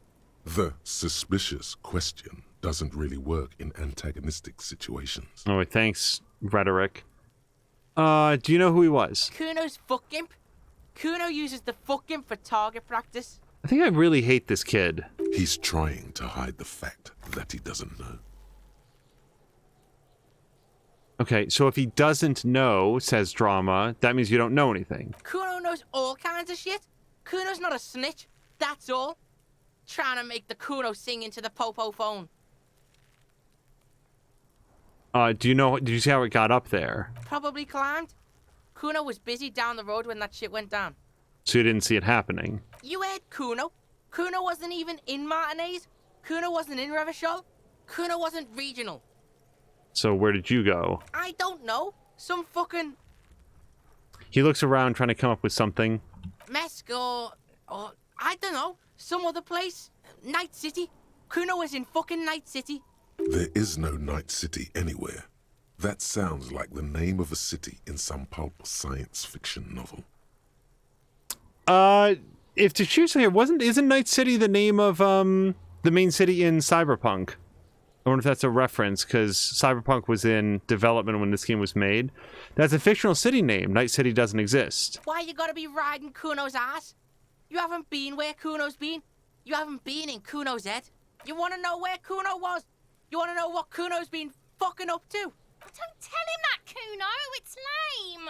It's not fucking lame. Kuno's building Kuno's City. Night City, Rage City, the City of Rage. That's it, and it's not lame. Lame. That's the name of Kuno's City, bitch. Get the fuck off Kuno's back. This shit ain't about that. It's impossible to deduce what it is about, at least for the moment. If it's important, it'll come up later. Focus on the case. Tashir is confirming that that's a nice reference. Okay, more on this later. You're testing Kuno's patience here. Oh boy, we're testing his patience. Get lost.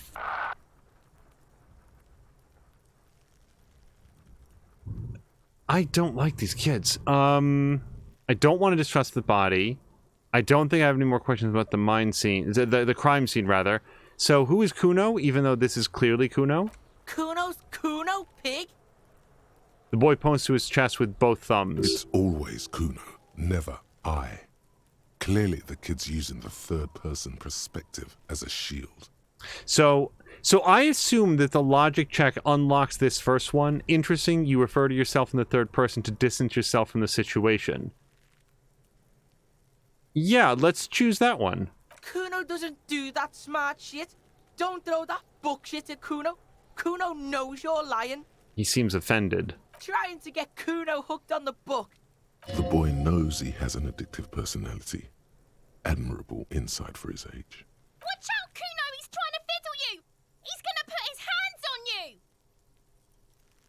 The thing behind the fence, that's not appropriate, starts squealing shrill and violent like a fire alarm. Help! Pig's got Kuno! Help! Rape! The sound gets louder as the child shouts at the windows overlooking the yard. Help! He's got the Kuno, help! Standing at more than arm's length away, I'm not doing anything C, just answer the questions, I'm just going to leave. So I'm not just going to leave because then, like, they will have won. I mean, I think in real life, I'd be... I would have Forrest Gumped the hell out of here, but...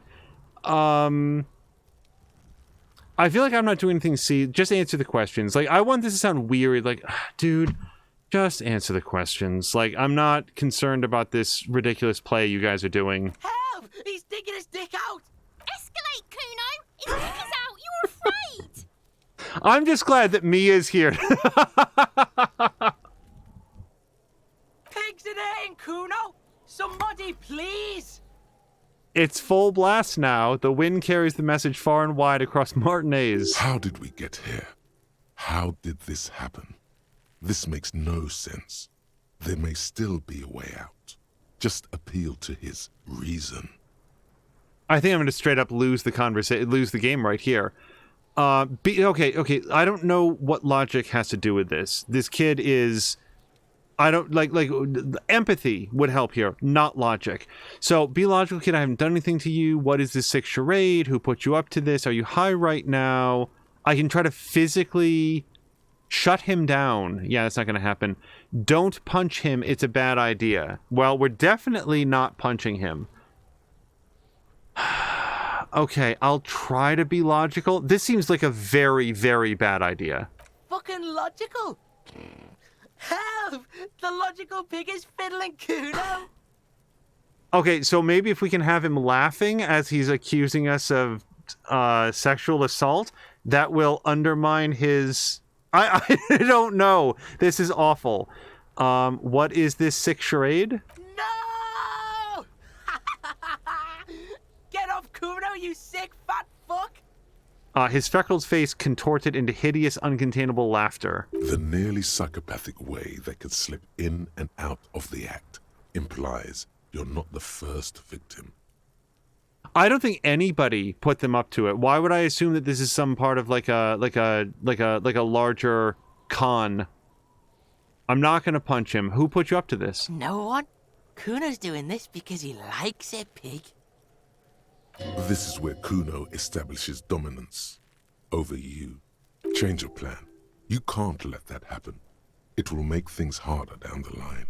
You may end up missing crucial information. Help! The pig's gagging him! Kuno can't speak! The fuck? Oh my god, you guys.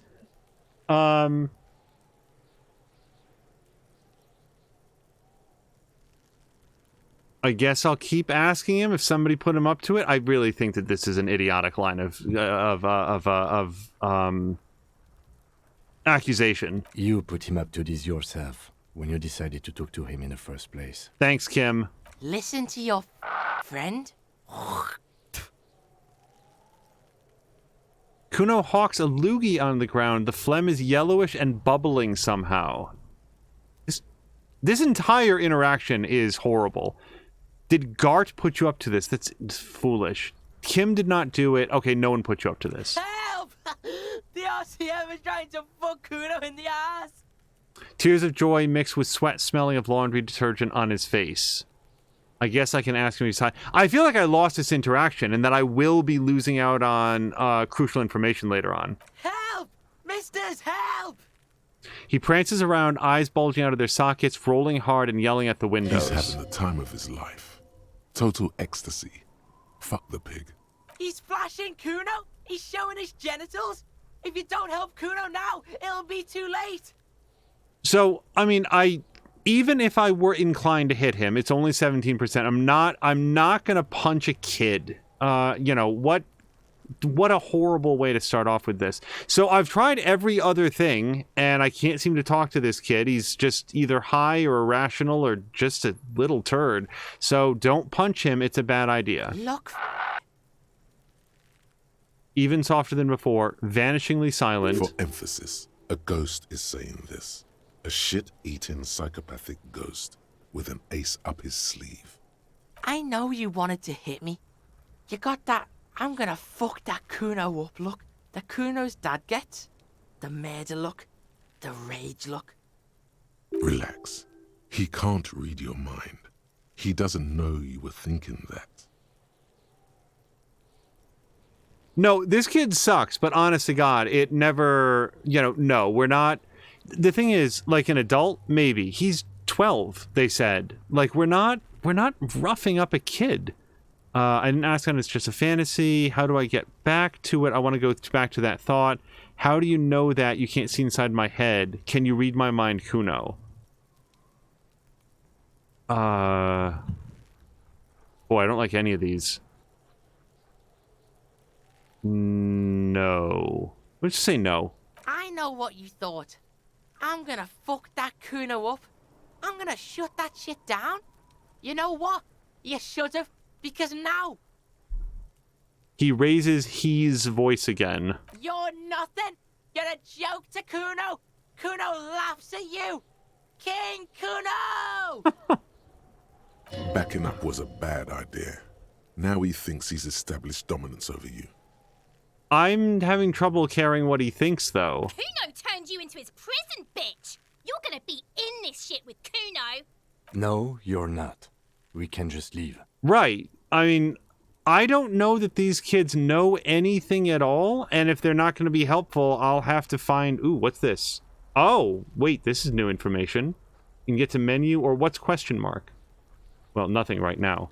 Bitch, you're gonna be in this shit with Kuno forever! So I honestly don't know if this is some sort of weird slur that I'm not familiar with. The peepo-headed critter doesn't let him finish? A peepo is a type of hat, by the way. Oh, thank you, Encyclopedia. Nice peepo. You don't talk to me about my fucking peepo. You don't know where I come from. You just Kuno's bottom bitch. Well, I do not want to ask them more questions about the crime scene, okay. though. Kuno is kind to his bitch. Ask your questions, but remember, this changes shit. Click, click, click, click. Goes the little peepo-wearing asshole behind the fence. I have no questions for them at all. Bye. Kuno doesn't fucking care.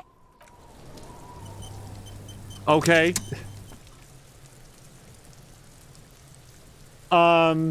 Jab would have sapped him. I just don't find this fun or entertaining. They've spelled encyclopedia wrong. It's Ensamelandopedalander, which is Mia's name for Salamander, who does seem to know everything in the world. Can I at least get him to stop throwing the rocks? Oh, god damn it. Kuno doesn't fucking... Okay. Well, I'm going to quick save it. The corpse looks at you with bulging white eyes. The face around them does not look human. It's swollen and ready to burst. His lips are fish-like and his tongue like a ball gag in his mouth. You seem to be holding your breath. Okay, so my options are to look down or turn away. I'm going to look down. A cargo belt twists his neck at an unnatural angle. The body below appears stiff. It's letting out an ungodly rot. The smell seeps in, even through your clenched nostrils. So endurance is not going to work out. Let go of your nose without throwing up. So we can't do that. I'm just going to puke. So God, what is that? Why is it so bad? Well, apparently he's been hanging here for 7 days. Active decay. It's okay to throw up, officer. No one is judging. The lieutenant raises a white piece of linen to his nose. He's about to blow. Cock's gonna blow, Kuno. That appears to be everything that we can do here without throwing up. Then again, well, wait, no. Now we've learned that if I fail this, which I will, I can suffer morale damage, so I'm not going to do that. This kid's ladder is rickety, but still climbable. Ladders for kids, it wouldn't hold the weight of a grown man.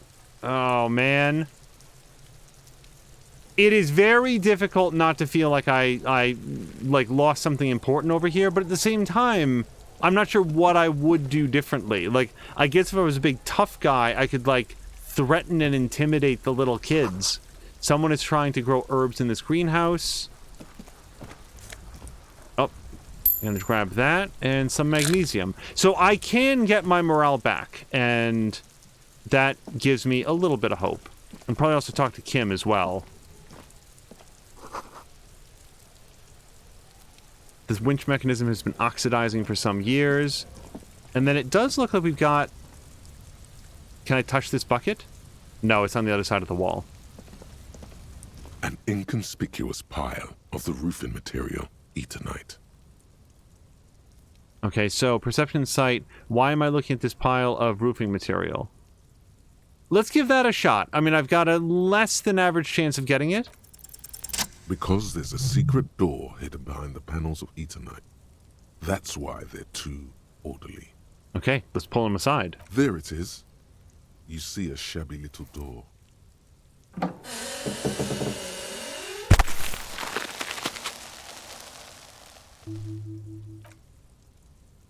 What is this, then? A tool shed? Let's investigate. I just gotta remember to, like, call for, money through the shortwave.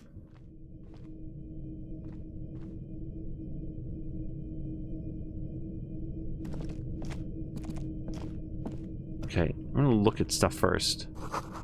An empty tube of magnesium supplement. The poster says, get out of the way or get fucked up. A silver plate with traces of bone yellow powder. I apparently have thoughts on that. Be still, my beating heart. It's amphetamine. Sweet amphetamine. The lieutenant isn't studying the powder in the mirror. He's studying you. There's a good vague way to ask where he stands on drug use. Professionally, I mean. So I can say someone is taking narcotics here. Perhaps the police should interfere. I wasn't thinking about taking it, I swear. I was just thinking about justice. I heard amphetamines make you a really good detective. I heard amphetamines make you a really good detective. Are you a really good detective? So I'm not going to take that. First of all, I mean, like, my party planet, that's not the skill set that we went with. And this feels a little bit too defensive. I wasn't thinking about taking it. So someone is taking narcotics here. Perhaps the police should interfere. Perhaps not. This is below our pay grade, detective. However... He points to the ladder in the corner. See that ladder there? It's probably another way into the industrial harbor, no? A secret path the local kids use. Here? Okay, so that sounds like it's a new map area, and I don't necessarily want to go. The reason I came here is, first of all, I saw something to click on, and now we found a secret passage, which leads directly into the courtyard where the body was. A cured pig's head. It looks mummified. I've got something back here. Oh, 40 bucks. Well, 40 cents. It's a big difference. Hey, we got a $1.30 now. Alright, so I'm gonna go here just to see where the other end comes out, but I don't want to leave this area. I want to go use the shortwave to call for backup, and by backup I mean money. Okay, so... Oh, I'm like on a roof or something. Those barrels are half full of rainwater. Oh, I'm on top of... So that's the room that we came into. So can I look at this, coat?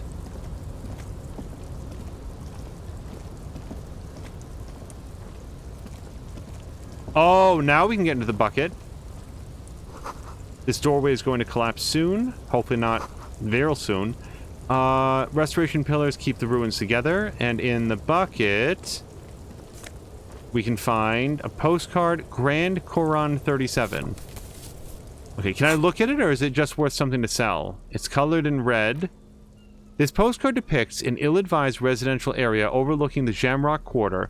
13-story buildings line this hillside like sarcophagi, an ominous fog already rising from behind. These are the last boom years. In 39, the project fails catastrophically, leaving behind an opiate and hepatitis B-infested slum. It's colorful. It's worth $1.20, though. You'd start seeing a lot of quick saves here, I think.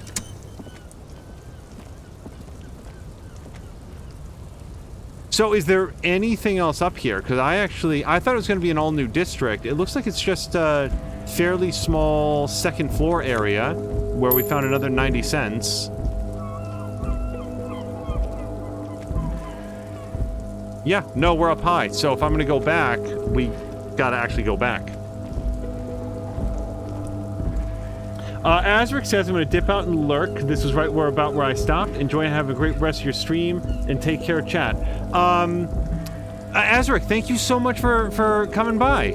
I hope you have a great evening. I want to get that, crate.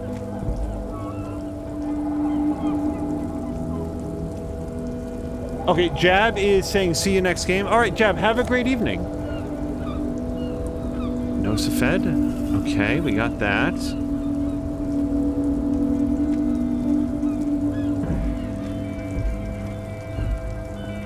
I'm glad the characters know how to navigate this, because the little, like, switchback wasn't immediately apparent.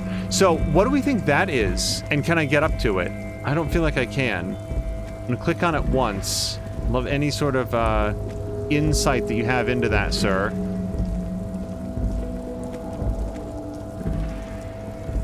I don't know what... I'm just letting him do his own thing now. I'm wondering if that could possibly have anything to do with the murder. Looks like someone left his tarpaulin cloak hanging on the railing here. Look, someone left a cloak behind. Yes, it's probably yours. It bears the RCM insignia, and you have a habit of being careless with your equipment. He judges the drop. You could probably make the jump. You look like you've done some track and field in your day. I don't think I could possibly... Well, I mean, dropping down there probably wouldn't be too bad, but I can't certainly jump over there. Look around. What exactly are we doing up here? Do you really think this cloak is mine? Yep, there's no chance. Go for the cloak, jump over the ledge. Let's look around. The wind is aggressive up here. The lieutenant looks at the enormous crane towering in the distance over the container yard. The look in his eyes is a mix of the engineer-like interest and the wonder of a 6-year-old seeing a horse for the first time. I like some of the descriptions. That's a huge crane, just a machine, lieutenant, like a giant hammer or pair of pliers, nothing to see here. Let him have this moment of wonder. I like that. His eyes trace the crane's contour, as if trying to memorize its majestic shape. Then he notices your gaze. Yes. We were in the middle of something. Your cloak. So what exactly are we doing up here? What are we doing? We're awfully close to breaking into the industrial harbor. They're bound to have information for us. I thought that was our intention. Or it could be that we are just exploring. He looks around, wind rustling in his hair. He's thinking you've forgotten where you are again. It really is the exploration of it. So, I'm not going to jump, but do you really think the cloak is mine? The cloak? I do think it's yours, yes. As to whether you should go for it? He looks over the ledge at the cold pavement below. Well, it doesn't seem too dangerous. 2 meter stops. Whenever you're ready to do it, I'll be right behind you. The cloak looks like a bag of goodies floating in the wind. Who knows what its pockets may hide? Okay, I'm not going to take a 3% chance that I can survive that drop. Oh, there's lots of other stuff up here. So whenever I'm playing a game where you can do this sort of like highlight thing, like blinking it, is sometimes easier to pick out than just holding it. But let's see what we've got here. 90 cents, $1.10, and hey, that's not too bad. Hey, we're already up to 426. 6 cents over my goal.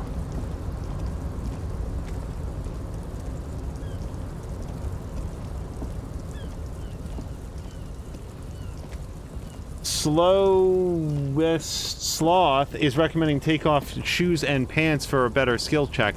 Yeah, but look how it's snowy. I don't want to catch cold. So I'm inclined to just go back because we're not nearly done in the place. Yeah, I can't get to the other places here. So, need to pass time. Buy a book. Reading passes time quickly. You know what else passes time quickly? Play Stellaris.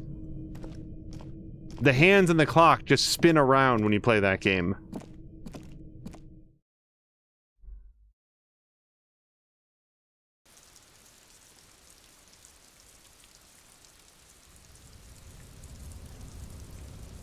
Moo was saying I bet you could take those bottles and turn them in for cash. That I thought so too, but they don't highlight and I couldn't quite click on them. Kuno sucks. You know what though? We didn't check this back here and we didn't actually talk directly to the, as they said, peepo-headed kid. The letter R wears a crown. On the ribbon below, a light above descending. It's the logo of the municipality of Revachol. This trash container is locked.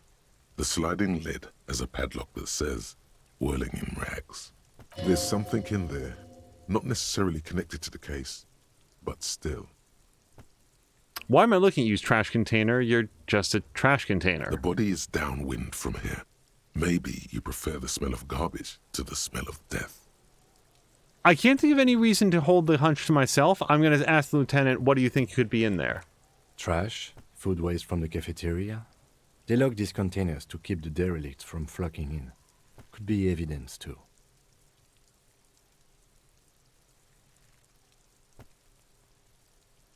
See, it's the evidence that I'm thinking, and here's the thing. It's padlocked shut, and it's marked as being for the whirling in rags, which means that if there's any trash in there, it's reasonable to assume that... Well, hold on. Something could have been thrown in there, and then somebody else locked it up without knowing it's in there. Anyway, we can get the key from inside the whirling in rags, is what I'm picking up here. Could be evidence, too. That sounds like a reasonable assumption. Yeah, I don't think that Ken is real big on, like, the big passionate statements, so let's go with reasonable assumption. Mm-hmm. He leans in to inspect the lock. How do we get the lock open? Well, we talk to the whirling in rags. We could try using a pry bar. There's one in my motor carriage, Or? I do like, no or, pry bar! Or we could ask for a key from the manager of the whirling in rags. He probably has one. Yeah, that's what I'm thinking, especially since I dialed down my physical attributes. He might also have information. This is better than the pry bar idea. Okay. So I'm going to talk to this person. Kuno, some the reason. pig's getting pretty close to me. Come to snuff my shit out, I think. Take one step closer is my only option. I don't want to do that.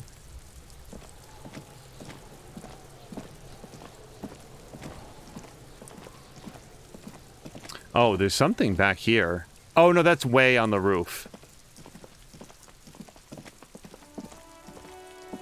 Okay, so the next thing I would like to do, I guess I could talk to this woman now. Oh, and here's his... I did not recognize this as a cop car because it doesn't look anything like a cop car, but I bet this is where his shortwave is. Before you stands a motor carriage. The bodywork is covered in blue and white livery, bearing the number 57. Vapor emanates from the large engine on the back of the vehicle. It hasn't had time to cool off yet. It's been about 2 hours. This must be the infernal machine that tore you from oblivion. The Caprice Kinema motor carriage. Yeah, at the very beginning, we were woken up by like a really loud engine, and it specified that this is it. In the cabin, you are welcomed by a set of steering levers, a radio microphone on a hook, a pull-out toolbox under the seat, and the soft glow of the fuel preheater gauge. Okay. Well, the radio is what we're looking for, assuming this is Ken's ride, and we don't actually know that it is. The frequency tableau lights up, and the green button labeled Prime Line glows like a feline eye. And then you hear something. The soft purr of electrical kittens, radio waves cast far and wide over the metropolis. A woman's voice greets you through the static. This is Precinct 57. Hello, Lieutenant. How may I assist you? Hello, Alice. Please assist our colleague from the 41st Precinct here. I'm putting him on. Come in Delta 10, this is Firewalker. I don't think that's my name. Hi, Alice. This is the police from the 41st Precinct speaking. Nice to meet you. I like that response. This is Officer Alice Demetri, Precinct 57. How may I assist you? Let's see. So I do need to report that my badge is missing. I need to connect me to a civilian, a Sylvie. She may have reported a murder. So we can do either one of these. But let's report the badge first. I feel like that's a shorter conversation. Just a second, officer. She puts you on hold, the static crackling softly like a bonfire. After a while, you hear an old man greet you from the radio. His rattly voice is oddly familiar. 10-2, 10-5. This is 41st. Come in. Over. A scrawny old man sits in a dusty cubicle, smoking, with a large white rectangle sewn on his vest. In front of him is a box-shaped apparatus with an array of wires and antennas. The radio switchboard. The man uses relay code. You got this. You're a cop, and cops know relay code. See, every time I feel disappointed that I can't do something, then I feel elated that I can do something here. 10-4, Station 41, I've got urgent business, over. 10-4, message received. 10-5, relay message. What's your status? Over. I'm not just reporting in, I lost my badge. 10-18, state your message, sir. Okay, cool. So I'd like to report my badge missing, financial assistance, there's personal details I'd like to discuss. Okay, let's do the badge missing, because that feels important to report immediately. I can report it, or they can find out on their own. It's way better to report it. 10-9, over. I can't find it anywhere. Basically, it's gone. 10-4, message received. This is a very serious situation. I need to 10-22 the captain. Over. Is it him? What does he want? Says he lost his badge and needs to report it. He what? He lost his badge? Say nothing. Who lost his badge? Oh, hey, Chester. Dick fucking Mullen. Who do you think? All right. Hey, we did it. I'm Dick fucking Mullen. It's Officer Dick Mullen from the bestseller Dick Mullen and the Lost Identity. He says, fighting off Lefter. Dick Mullen is not your name. Oh. It's the name of a fictional detective who would not lose his badge. Boy, thank God Encyclopedia is here to set me straight. I am not Dick Mullen, everyone. False alarm.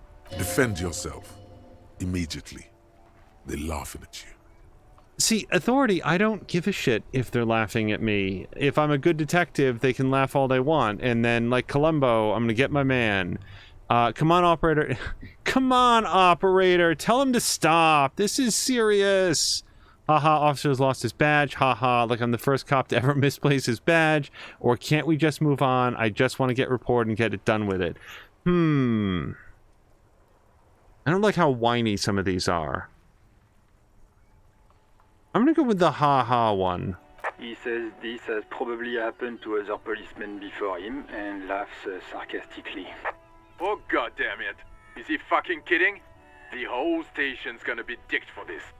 Satellite Officer Vikmar is wondering if you might be joking and adds that this tarnishes the reputation of the entire station. Over. Mullen dicked us. Okay. Yeah, I'm not gonna ask the operator to come in and tell them to stop. So, can we just move on? I just want to get it reported and be done with it. I hear you, officer. I'm just going to make a note here that you are in pursuit of your misplaced badge. Over. Okay, kind of thought you could just send me a new one. Fuck me. Mac, come here. You've got to hear this. Dick Mullen lost his badge. What's going on? Super Cop here lost his badge. He lost his what now? His badge. He lost his goddamn fucking badge. Hey, call up my ex-wife, too. She probably wants to hear about this.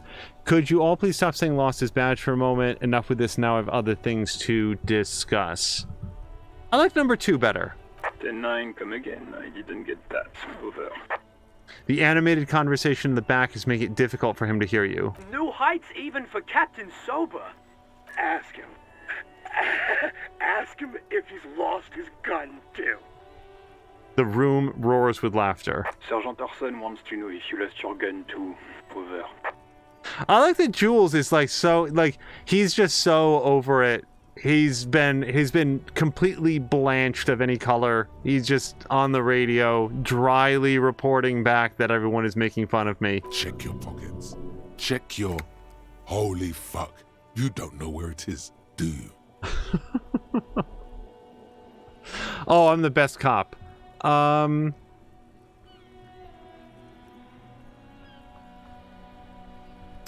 think that number 2, I don't have my gun, is a little bit too alarmed. Oh god, it's not here. Okay, it's gone.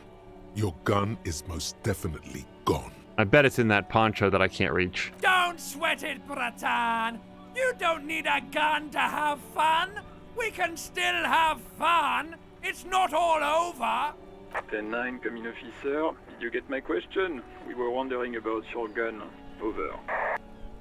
Alright, I've got a 58% chance to trick them into thinking that I have not lost my gun. I don't know why I would do that when I reported not having my badge.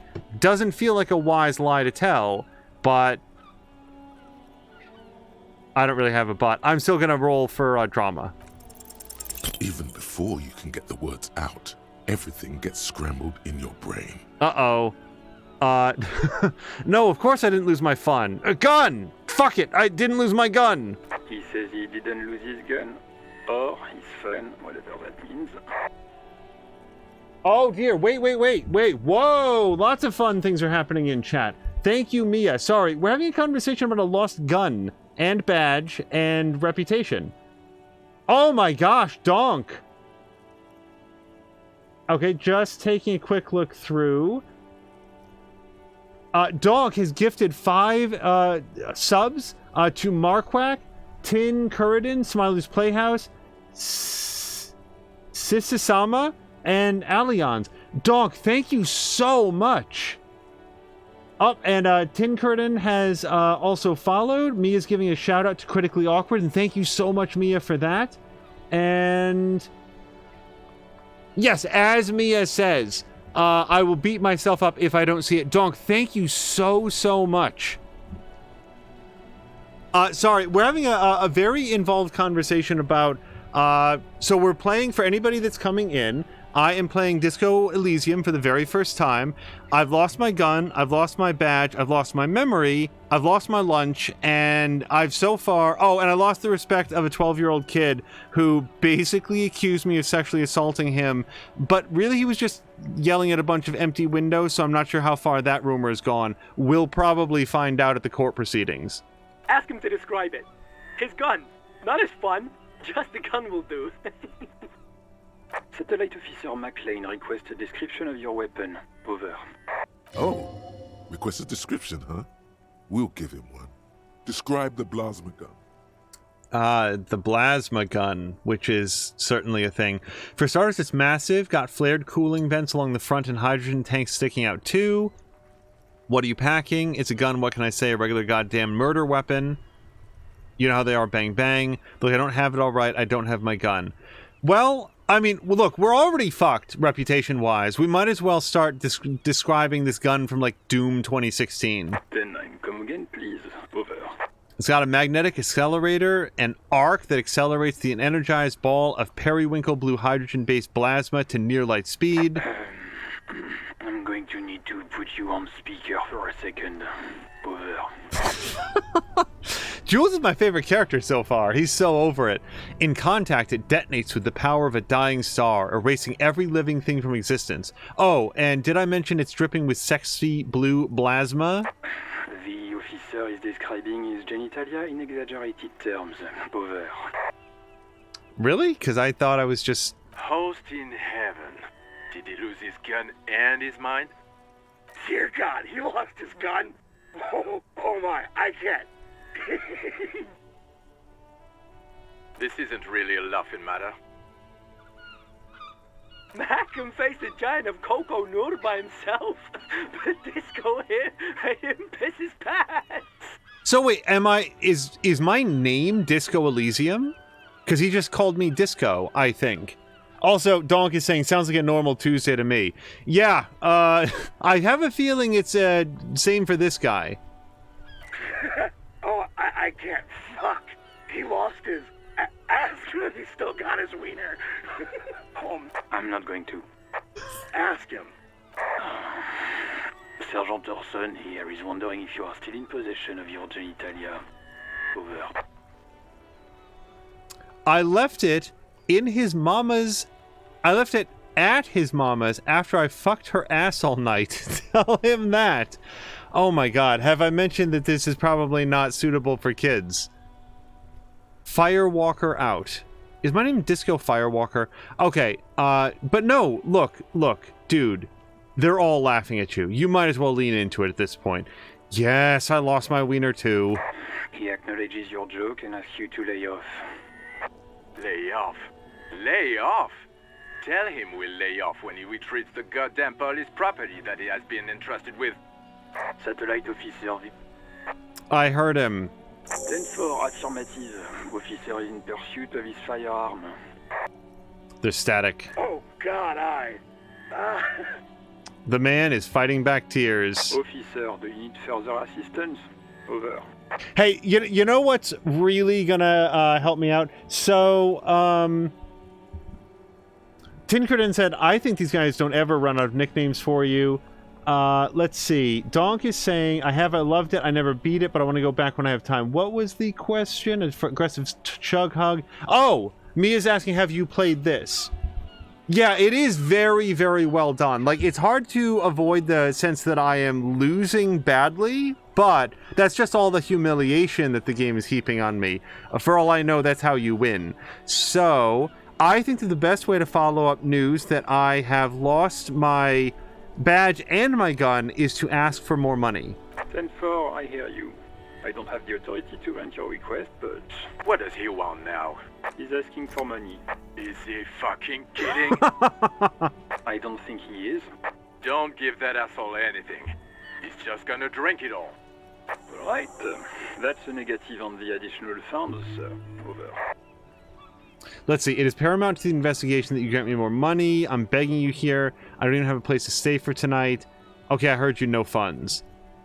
You know what? We already made the ask. We might as well double down. He says it's important to the case. He isn't getting a red cent. You can tell him that.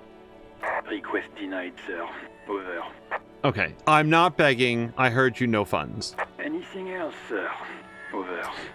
So, I'm going to ask about personal details, but I do not want these people to know that I've also lost my memory.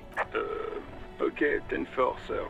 I hear you. Relay your question. Over. Wait. Before you say anything stupid, think it through. Yes, no, I want to be very...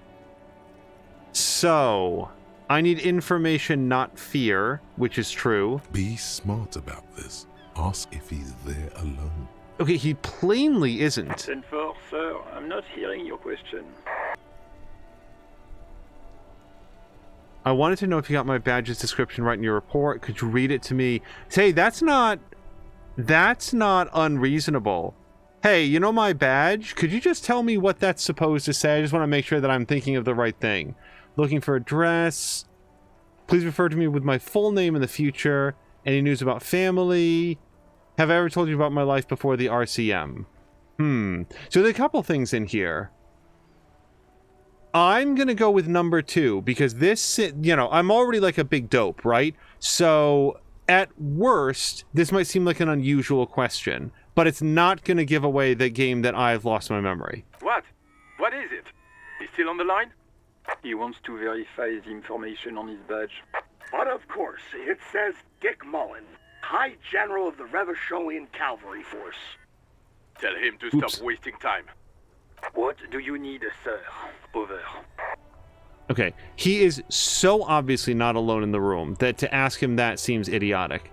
I'm not doing that, not doing that, not doing that. Have I ever told you about my life before the RCM? 10-4, well, that's, Does he actually want something, or is he hell-bent on disrupting our work? He asked if he ever told me about his days before joining the RCN. For God's sake, cut this shit out! Tell him to stop wasting time and be a goddamn policeman for a change. Sir, Satellite Officer Vicmar says... I heard him. So, was there anything else? Okay, so we might as well ask if he's alone in the room, because apparently I am the dumbest man in the room. So we're going to ask that, even though everything I say is immediately overheard by 4 other people. That's a negative, sir. I got 10-12 visitors present here. Over. Okay, so that's it. So, we did get an indication at the very beginning that he has an ex-wife, so I might be able to ask about that without raising any questions. I'm going to ask number 5, because we did get a thing about, like, something about an ex-wife. 10, excuse me, sir. Over. You probably don't want to continue on this road. Okay, never mind. Come again, sir. I didn't get that. 10-9. Over. Alright, let's wrap it up. Understood, sir. Over. So, 10-10, transmission completed, standing by, over. Roger that. 10-10. Over and out. Also, Donk is saying I lost like 5 times before I got past where you are. Yeah, I mean, I may just straight up hit like a 18 roadblock. kilometers to the south, in the 41st Precinct's relay booth, a small crowd has gathered around Communication Officer Jules Oldboy Pidier, around a dozen cops. The small room is filled with cigarette smoke, abuzz with laughter, when Officer Judith Minot enters. Her left arm is in bandages, and her hair trimmed short. What is going on here? Did something happen? She asks, startled. Jean-Vic Marc turns to her and says, What happened is my partner made contact. It's not good. He's lost his badge and his sidearm. He seemed confused, delirious even. He stops to think. Mac, the torso Torson, is finger-fucking his fist, laughing hoarsely and apparently telling some dirty story to his partner, Chester McLean, near the entrance. Yeah, Mullen was fucked, all right. Sounded fucking drunk to me. Yeah, Mac's right. This was some gnarly shit there. I mean, before he started begging for money, it was... Enough! None of this is funny. It's fucking sad. That's what it is. He's a cop. He's one of us, goddamn this. We must help him. Minot looks down at her neatly polished black shoes. There's a quiet firmness to her voice when she speaks. Yeah? How do you fucking plan to do that, huh? Get him off the drink? Go jogging with him in the morning and get him on carrot juice? He's a lost man. I just know we can't give up on him when he's at his weakest. He wouldn't. The crowd in the room has started fidgeting uncomfortably. Someone's trying to slip out unnoticed. Mac, man the door. You know what he told me? I don't want to get better. I want to get worse. Those were his words. He sighs heavily and turns to address the room. This shit does not leave this room. Not a word of this to the captain, or anyone else. We'll give him a couple of days to pull his shit together. I guess I can hold off the report for a few days. Old boy lights another cigarette. Good. Okay, everybody. Nothing but a prank call here. We all got our laughs. Now get back to work. Far north, on the other side of the motorway, the officer quietly hunches with his hand in the motor carriage. Okay, we are definitely not picking up that radio again. It's nice to know that Jean ultimately had our characters back and like stood up for him. So we've got to pull out toolbox, run your fingers over one of the steering levers, or tap on the fuel preheater gauge. Let me try that one. As you tap on the gauge, the indicator pin jerks as if startled. It's in the large orange sector, indicating the engine is warm. Next to the gauge is a red switch labeled heat. There's no use pressing the heat button. It won't start without the ignition key. Translation: we're not going anywhere right now. Alternative translation: don't even think you can drive my MC. Also, so Mia was asking Groovy, did you get an answer to where this takes place? My guess is that it's an intentionally very ambiguous time and place that is only going to be vaguely related to our world. If it's not, then it's clearly some point in the future, because there's no point in the past that looks or operates this way. Let me look at the pull-out toolbox. A metallic drawer slides out from under the seat and clicks into place. The tools inside are neatly organized. Take what you need, officer. It's going to be a long case. I'm not protective of my tools, like some men are. He's clearly a little protective of his tools. But what can you do? Work is work. So we can grab the pry bar, chain cutters, flashlight, or we can push it back in. Well, the only thing that I know that I might need is the pry bar. Is there any disadvantage, do I think, to taking it out right now? I don't think so, and hopefully we can put it back later if we need to. Then again, you know what? We'll come back when we need it. Slides back into its nest. Preheater gauge casts a warm glow on the steering levers and the radio on its hook. All right. Run your fingers over one of the steering levers. I don't think Kim is going to like this very much. The white suede feels luxurious under the touch, and the metal clutch handle so very familiar in your palm. All right. I'm not... Oh, wait. Remember how we were going to ask about the person who called in the murder? So I actually do have a reason to call them up again. This is Precinct 57. How may I assist you? Yeah, here we go. I need you to connect me to a civilian, a Sylvie. She may have reported a murder. Of course. What is the number, officer? Kim, do you still have the number? Yes, hold on. Her number is 005 1944 298. Received. Hold on, officer.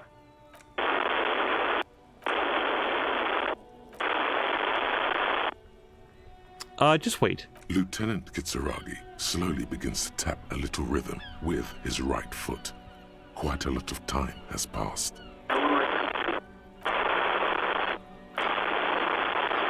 Officer, I have Sylvie Malaika on the line for you. Yes, hello? A female voice greets you through static. It sounds like she's a million miles away from here. So we can say the police is calling. I've got questions for you about your last days at work. I believe we've met before. This is me, a detective from the Whirling in Rags. So here's the thing. Based on what we know about our behavior, saying that is not going to engender a lot of forthcoming. For all we know, like, we were smashing up the place while she was at work. So we're just the police. Oh, right. Hello, officer. What can I do for you? Apparently she recognized my voice immediately, so that did not help. You can hear resentment in her tone. She's not thrilled to be talking to you again. It's an interesting experience predicting so much of what's going to go wrong and then also being unable to prevent it from going wrong. So you quit your job. Was it you who called the police, which really is our top story here? Have you seen my badge or gun? Well, let's focus on the most important thing.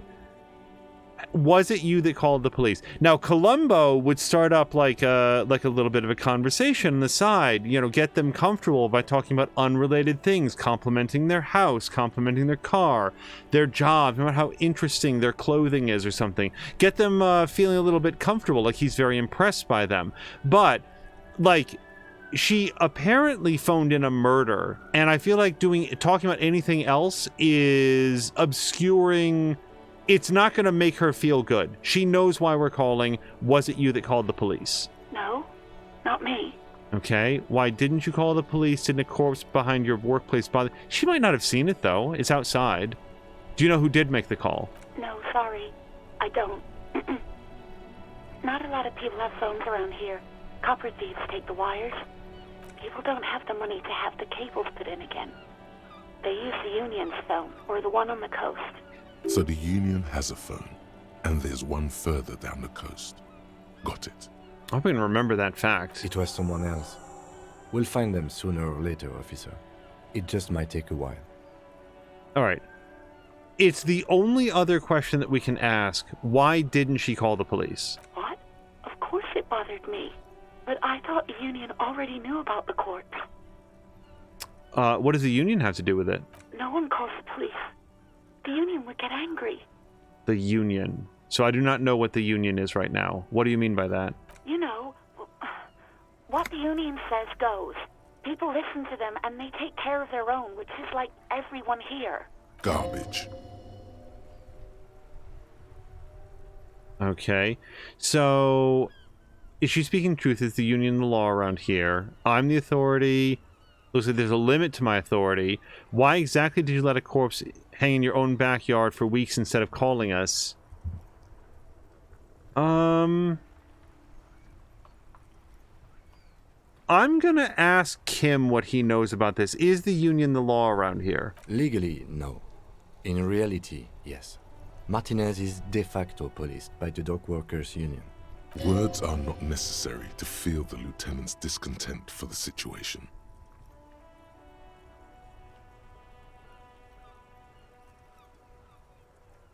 I'm gonna push on. Look, here's the thing. She already quit her job. She may never take another call from us. We might as well try to get what we can out of her, and if she can fill in some information about what specifically she was afraid of the Union doing, this might be our only opportunity to get that out of her. I didn't want to get in trouble with the others. Push her further. Show her the error of her ways. No, don't push her. It sounds as if she's about to cry. What others? That's what I need to know. The other people who live around here. Local people. I didn't want trouble. Her voice is resigned and weak. The what trouble sounds self-evident, like being the one that brings in external investigators. They start asking questions, they start rifling through garbage cans and finding parkas up on top of roofs, smashing in the local cafeteria like my character did. I understand. You don't live here. You don't understand. Squealing is frowned upon here. Everything is dealt with, well, by the Union, internally. Please, I just didn't want any trouble.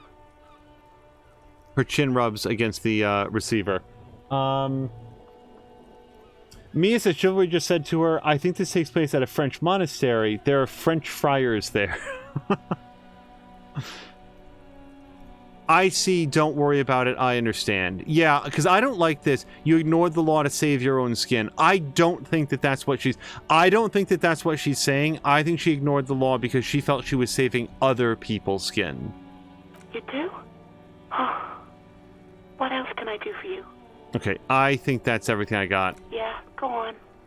So we will ask why she quit her job, but from what we can tell, it was because her boss asked her out and it got really creepy and weird. You mean, why did I leave the bar? Honestly, I'm not really comfortable discussing it with you, sir. Why not? Did you leave because of Gart? I'm going to ask this because I feel like if we already know what happened, which I feel like we do, that's going to allow her room to confirm it.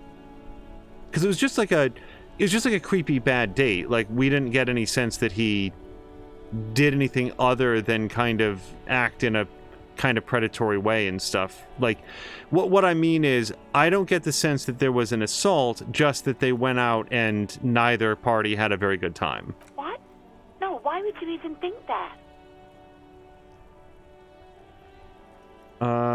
So do you agree that quitting your job just because somebody... No, we're not saying this. No, if she quit her job because she was uncomfortable, that's not an overreaction. It's just a reaction. She doesn't want to work with that guy anymore. We're not saying that. Don't be afraid of that, Pig. You have to stand up for yourself. And he told me to ask you out. Are you saying that that didn't happen? Well, it's one or two. Do we even have a reason to think that she's afraid of him, though? She just doesn't like him, as far as I know. Maybe it's fear, or maybe it's just, I don't like that guy. I don't want to work for him. I'm going to go get a job elsewhere. So I'm going to ask her number one. I don't like the, are you saying that didn't happen? It seems a little bit too, like, confrontational. But I don't feel like number two is constructive. Not from a stranger, and it assumes facts, not in evidence. So we're going to go with number one. Please. Don't bring Gar into this. It's none of your business. I already said I don't want to talk about this. You're messing everything up again. Cool. I'm just making friends left and right. Hello to Go Hybrid. Grumpy is playing fetch with a kitten. And I agree with Mia. They do have the best kittens. Also, Tin Curtin is like assaulting minors. Yeah. Yeah. Not off to the most auspicious start here. I can ask her if she saw my badge and gun. Like, she already thinks that I'm a weird incompetent. So let's start with the gun. It does feel like the more important part. Please, no, not this again. Everyone saw your cool gun detective. Oh God, I'm so sorry. You were trying to impress some people with it. Everyone was eating and... She stops hesitantly, not sure if she should continue. Okay, unfortunately, Sylvie, I do need to know what happened. You were waving it around in everyone's face, begging them to describe it. You said it calms you, and then you started making suicide jokes. It got pretty graphic. Oh, those again. I have been trying to wean you off them. Off of what? The suicide jokes? That seems to be what we're talking about. You know, when you put your gun, your actual gun, on your temple and pretend to shoot your brains out, off of that, people don't like that. It does seem like it would harsh the buzz at a party. I remember this. You were screaming things like, "My brains are all over the wall, painting them red. I won't be seeing it, 'cause these are my brains. I can't see without my brains." Very nice visuals there. Some poor sod was trying to eat his pudding while you were screaming, spit flying, imitating the mercy shot right next to him. Spat some in his food. I don't think he touched it after. Well, my guy's an asshole.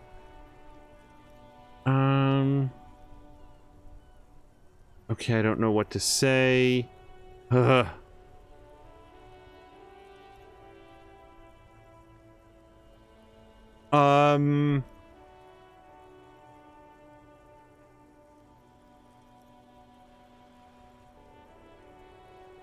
Man, I don't know. I don't know what to say. Well, I mean, hey, the answer's right here. I don't know what to say. Me neither.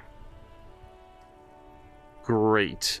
Well, we can try to lighten the mood, or like lift the mood a little bit. I love it. Look at the world. It's great. There is silence on the other end of the line. And now I'll just follow up with, I should have killed myself. But by the way, so I didn't know what was in this game, incidentally, like content warning for like suicidal thoughts. I don't know if that's advertised about this game. Like to me, it's just sort of like sort of some dark stuff. But if it's bringing up anything bad for other people, I'm gonna give a super late content warning. I didn't know the content of the game, so we're discovering this together in real time. Okay, but what did happen to my gun, do you know? No idea. All I know is next you were waving around money instead, saying things like big bucks cannot lie and guns can't buy money, but money can always buy guns. It almost looked like you pawned it, but believe me, I did not ask. Shit. So now I need money to get my gun and pay off all of my debts. Also, what the hell happened to all my... Wait a second. If I pawned the gun, where did all the money go? Because I sure as shit didn't spend it on alcohol, because I owe money for alcohol, too. I have questions about this gun pawning. Have you seen my badge? Yes, I know who you are. You're a police officer. The law. This exact conversation has happened before. Establishing authority before this young girl seems to have been important to you in the past. Don't go there again. I'm trying not to.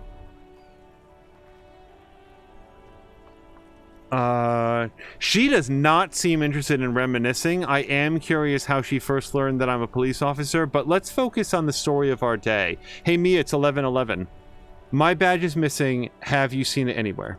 Oh, no, I haven't, sorry. Real policemen have uniforms too, by the way. Where's yours? I'm not sure that I had a uniform. Kim doesn't have a uniform and he seems real to me. I'm gonna let it slide. I don't need answers for every little thing. I like number 2 though. Kim doesn't have a uniform. He's in plain clothes, voluntarily. It's different from not knowing where your uniform is. There are officers who wear the signature Perseus black uniforms to the highest ranks in the RCM and end up buried in them as well. Others do it more casually. Looks like you're one of them. I am very glad that we went with like a character that gets some esprit de corps and encyclopedia and stuff. Like some of these background things, like I would never have known any of this if I didn't have the my mind to tell me. So I guess I'll ask if she's seen my policeman uniform. Uniform? I never saw you in any uniform. You had your things on. The disco things. Okay. So, I feel like the only thing that we learned from her is that there's only a couple of working telephones in town, and the union runs everything. Oh, and we might have pawned my gun. I do hope so. Please, don't call me again. Bye. She's ready to hang up. I've got an 83% chance to empathize with her. Wait, why does she seem angry with you? I mean, I can think of multiple reasons. Oh, so... Oh, I'm sorry. So I saw Panda say gigolo time, but I thought it said good night time. Fortunately, Panda is still with us. Okay, so let's try to be empathetic. Yes, you have obviously done something to upset her at the Whirling in Rags when she was still working there. Yes, everything I did there upset her. Everything I did. Wait, before you go, you're mad at me, right? Tell me, what did I do? I can't remember anything. I'm not mad, it's just... You were so drunk and so emotional all the time, and then the skua thing happened. It just made me want to quit. So the skua thing was that big, the big bird. So here's the thing. She did not quit because of her boss. She quit because my character is an asshole and got drunk and was running around waving his gun, threatening to kill himself, and then breaking the bird on the shield. I was the one that made you want to quit. Yeah. I feel like that's the thing, is we know what happened with the skua thing. I apparently ripped it down. Yes, obviously. You were the worst client I've ever seen. And I have seen so many assholes in this place. I've had sailors fighting, union guys grabbing my ass, kids stealing booze. Once a guy was glued to the karaoke machine every night for 2 months. But you... I want to know what I did, and I'm hoping that saying it aloud and facing her tormentor will be good for her, because plus my character deserves it. Well, you were worse than all of them. Honestly, you were getting borderline aggressive. Even about little things like not turning down the volume at 3 a.m. I even liked one of those songs you kept listening to on repeat. No more. I hate it now. Oh, hold on. We can advance our Find a Sad Song quest. So, which song? We Go On by the O.O. I can't listen to it anymore. You've turned it into a parody. Sorry about the song. To hell with that song. Then there was your room. Your project. An experiment to see how bad it can get in there. I tried to send the cleaner, but you wouldn't let me. Threatened to make me understand. I had no idea what you meant, and I don't want to know. And then you screamed something about being the most boring person alive and how everyone leaves you because you're just so boring. So nothing says I'm sorry quite like the thing you're upset doesn't sound so bad. That sounds... You know what? Forget sounds intense. I'm sorry. And then I had to deal with your toilet. The one you clogged with police documents, causing water damage downstairs in the kitchen. Okay, so that seems important. I won't even mention you waving your gun around, harassing customers, threatening to sing karaoke, threatening to kill yourself. Whoa, the police documents? The ones I had to wrench out of your toilet. And what happened to those? Damn it, I don't remember what I did to your damn papers. I don't remember every little thing I do. We're really ruining this woman's day. Resentment gives way to concern in her voice. Especially when there's a hurricane loose. It's your fault for losing them, not mine. Fair. Something in you wants to immediately forget about this, as if there was a reason you threw them away. I get it. I wasn't a very good tenant. That doesn't seem like a constructive way to talk about this. No, you really weren't. You were simply the worst. So, I feel like I'm going to say I'm truly sorry for everything, but I was trying to show you the world of tomorrow, the great panic at the end. You're the worst tavern wench I've ever seen. We're not saying that. Loosen up a little. No, we're not saying that. And I don't even know what to say. I am truly sorry for everything. Like, I didn't even do any of this shit, and I feel really bad about it, so I'd like to believe that my character does too. God, I knew I shouldn't have brought it up. Just try not to call me again, and let's pretend it never happened. Okay, so I do want to ask about the fact that Gart thinks that it's him, because if nothing else, maybe telling him that it wasn't. Here's the thing. If I get it directly from Sylvie that her departure had nothing to do with him, that might actually make Gart more likely to talk to me because I'm being truthful with him and making him feel better. But before we do that, I'm going to ask about the skua thing. The stuffed bird, the great skua. You threw it against the wall while screaming, "Fuck that bird," and laughing like a maniac. I think you said it had been giving you shit ever since you got there. I do seem to think that my necktie is talking to me. Bitch bird was coming to her. Why do I always end up screwing everything up? The thing is, I don't think that that's a question, rhetorical or not, that I should be posing to her. I'd rather just say, Jesus Christ, I'm a real fuck up. We're gonna go with why do I always end up screwing everything up. It was a pretty bird. There since I started working in whirling. I really liked her. We call her Scotty. There's genuine sadness in her voice. Okay, so let's talk to her about Gart. Wait, really? No, this is absolutely not true. I like Gart. I really do. Did he cross the line when he asked you out? No, I was actually flattered. I've always liked him. It was just bad timing. With the corpse and all that. Okay, everybody remember when I wasn't like, you need to stand up for yourself, and I specifically said it's because I don't have any details about this? It's not even true that they had a bad date. Well, I mean, they did, but it wasn't Gart. It was the body swinging from the tree. There's a pause. You can almost see her on the other side. The telephone cord coiled around her index. Panda wants to see a chaotic playthrough of this after hearing some of these alternate answers. I didn't know what to say to him later. Then you came and destroyed the place. So I left without explaining. I should have told him maybe. Yeah, I feel like telling him benefits everybody. It benefits her because now that misunderstanding is fixed up, and he feels better because he stops feeling like a piece of shit for something that he shouldn't. And being the bearer of good news makes him more likely to talk to me. Everybody wins. I can tell him.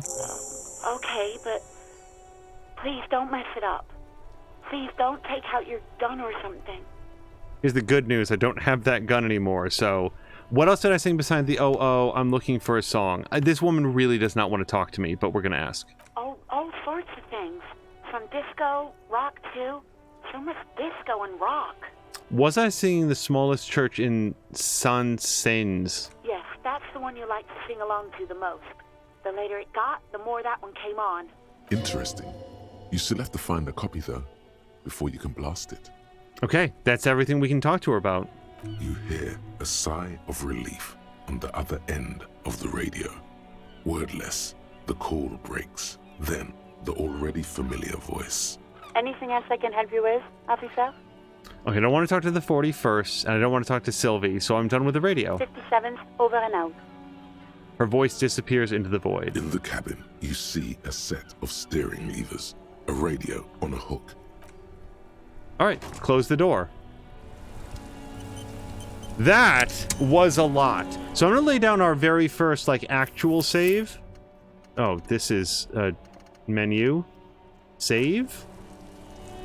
Okay, well, hopefully that's where I needed it to be.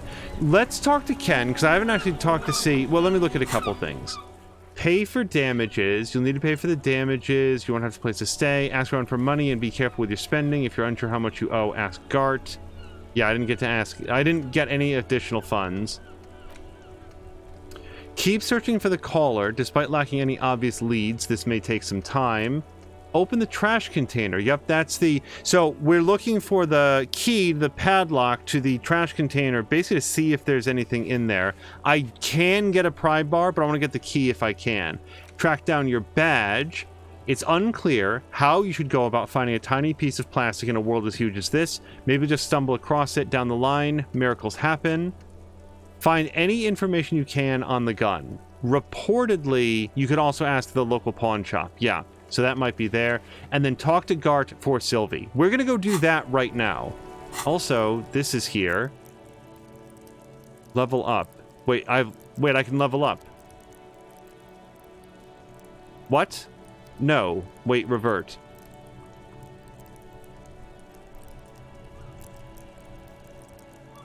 Wait, how many... I have a point to spend? Where's that reflected here? I guess I can spend it in anything. So... Well...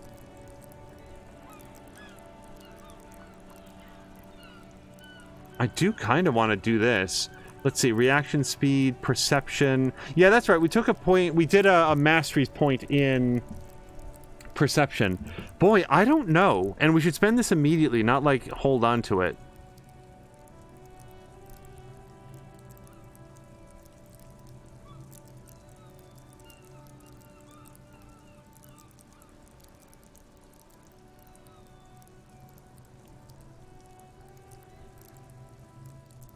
The other thing I might want, though, is suggestion. I like the thinking things up here. What's volition? Hold yourself together, keep your morale up.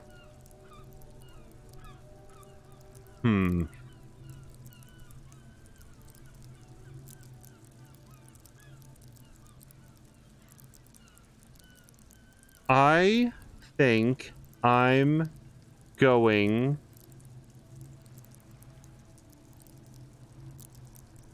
Let no detail go unnoticed. I do like perception a lot, but we're gonna want suggestion for sure. If I didn't have any chance to suggest anything to that piece of shit 12-year-old, but what if I could have? I would have wanted to do it right. And it's of the psyche things, I'm getting a negative from one of my items. Let's level that up. All right, and I don't know if I can or should. Is that it? Yep, okay. Captain Dingus says, oh, and by the way, Smiley's saying that he wants that car. And Captain Dingus says, intense stuff for the first 3 hours in our hungover detective's day. Yeah, no kidding. So, I've not talked to any of these people yet, but let's go talk with Gart.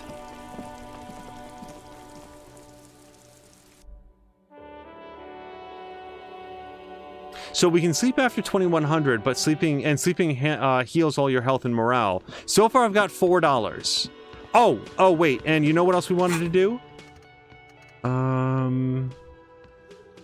Yeah, look at this. So we're pondering Lonesome Long Way Home, a temporary research bonus, +1 encyclopedia, factual memory returns. So we're trying to remember our address, and this number is going down for all of the things that we've done. So we'll just keep pondering that problem, I guess. It's the only thing sort of like working in the background. Hey, Gart, I have all good news for you, and I need your dumpster key. I talked to Sylvie. Let's get it right out. I talked to Sylvie. She left because of me, not you. Wait, what? But what about the bird? The bird? Yes, the bird. I found it lying on the floor with a broken wing the morning she left. We're gonna be straight up with him. He's gonna add this to the tab that I owe. I bet you. I threw it against the wall. You broke the skewer. His face is flushed with emotions. A rash covers his neck. I assure you it was him. It's as if he can't decide whether to be angry or relieved that it was you. Again. Why on earth did you have to break the skewer?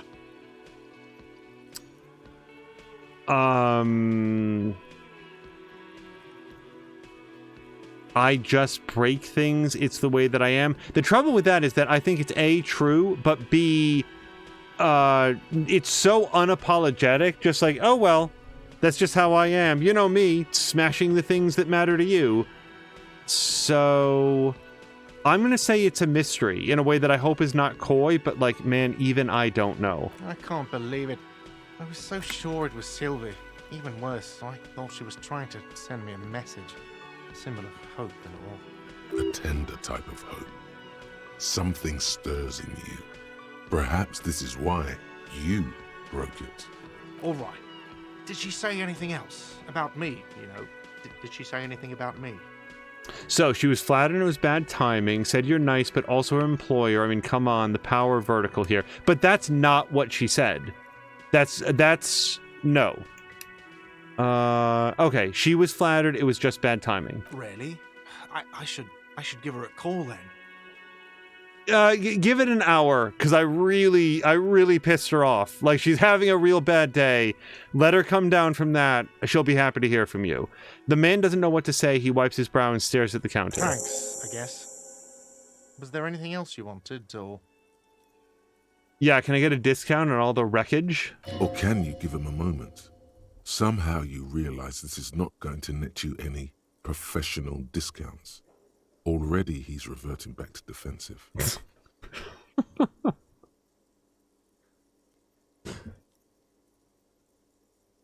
Smileys, I've been unsure about the scheme. I'm curious what you think of it thus far, Auspicious Angel. So, as you can see, it's very conversation-based. There's some weighted roles happening in the background. Like, here, I had a successful suggestion roll where I rolled a 10 against a DC of 10 and succeeded. So I got this little bit of insight from my suggestive background, and... so that probably unlocks a... oh, actually didn't unlock anything at all here. So I am going to sing... okay, so let me talk to Smiley's Playhouse.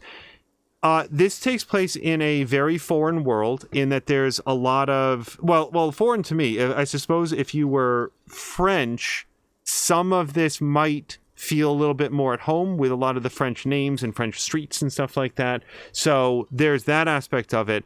I like the art style. Oh, and by the way, the clock is rolling forward in real time, so I should like pause it to do more of a breakdown.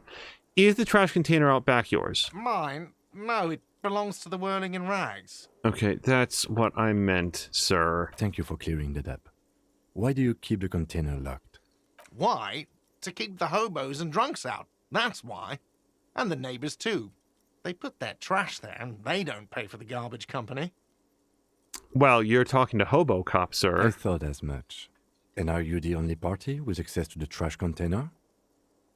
Well, yes. Us and the garbage disposal company. It seems a little callous, doesn't it? Something stirs in you. And then, Smiley, like, every once in a while, like, your mind will have something to say. So, my rhetorical center is asking, like, I'm going to react to it. What is this feeling? No, it doesn't. Nothing stirs in me, and this isn't callous. It's common sense. What are you talking about? What is callous? We want him to give us the key so that we can look in there for evidence about the body. What is callous? It seems a little callous, doesn't it? Something stirs in you. What is callous about this? That's odd. I don't know what we're talking about. It isn't callous, it's common sense. As far as I know. Okay then. Maybe you're callous yourself. We need the keys. What do you need them for? We're going to fish through your garbage. It concerns the case. Please cooperate. The lieutenant's voice is harsh and sudden. Just bring them back once you're done, please.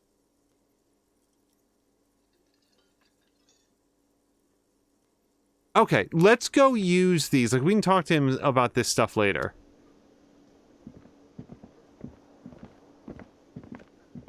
Yeah, so Smiley... Oh, and you can, like, double-click to jog a little bit.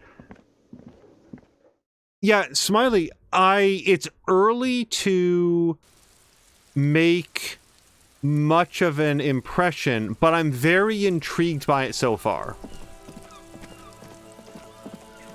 Like here, there were a couple different ways to get into this trash can. Like if you know, I don't know if it's a spoiler because you're sort of asking for like, but like, here's one thing where I can get a pry bar and pry it open, or in this case, through a combination of, well, really it was just dialogue choices and good rolls, I was able to like talk to him to get the key, and now we're going to try to use the key. This trash container is locked.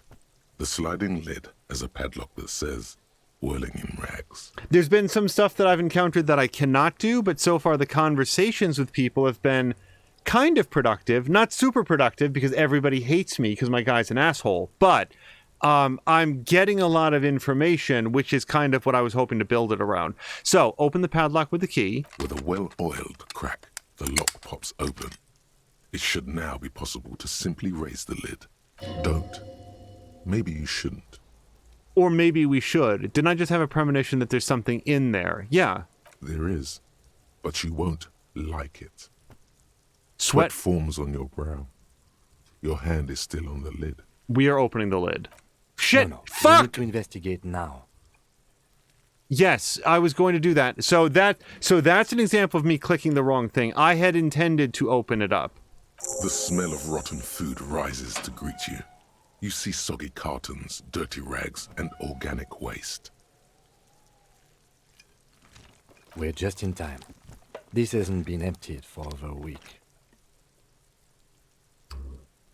Let's try to look underneath the rags. Among the threadbare kitchen towels, something catches your eye.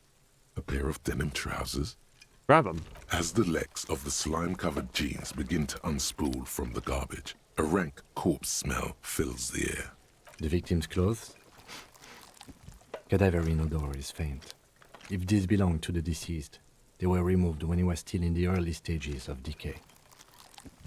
Drop them in here, officer. The lieutenant produces a black plastic bag marked evidence from his pocket. Guitar marked blue jeans. Pockets empty or emptied.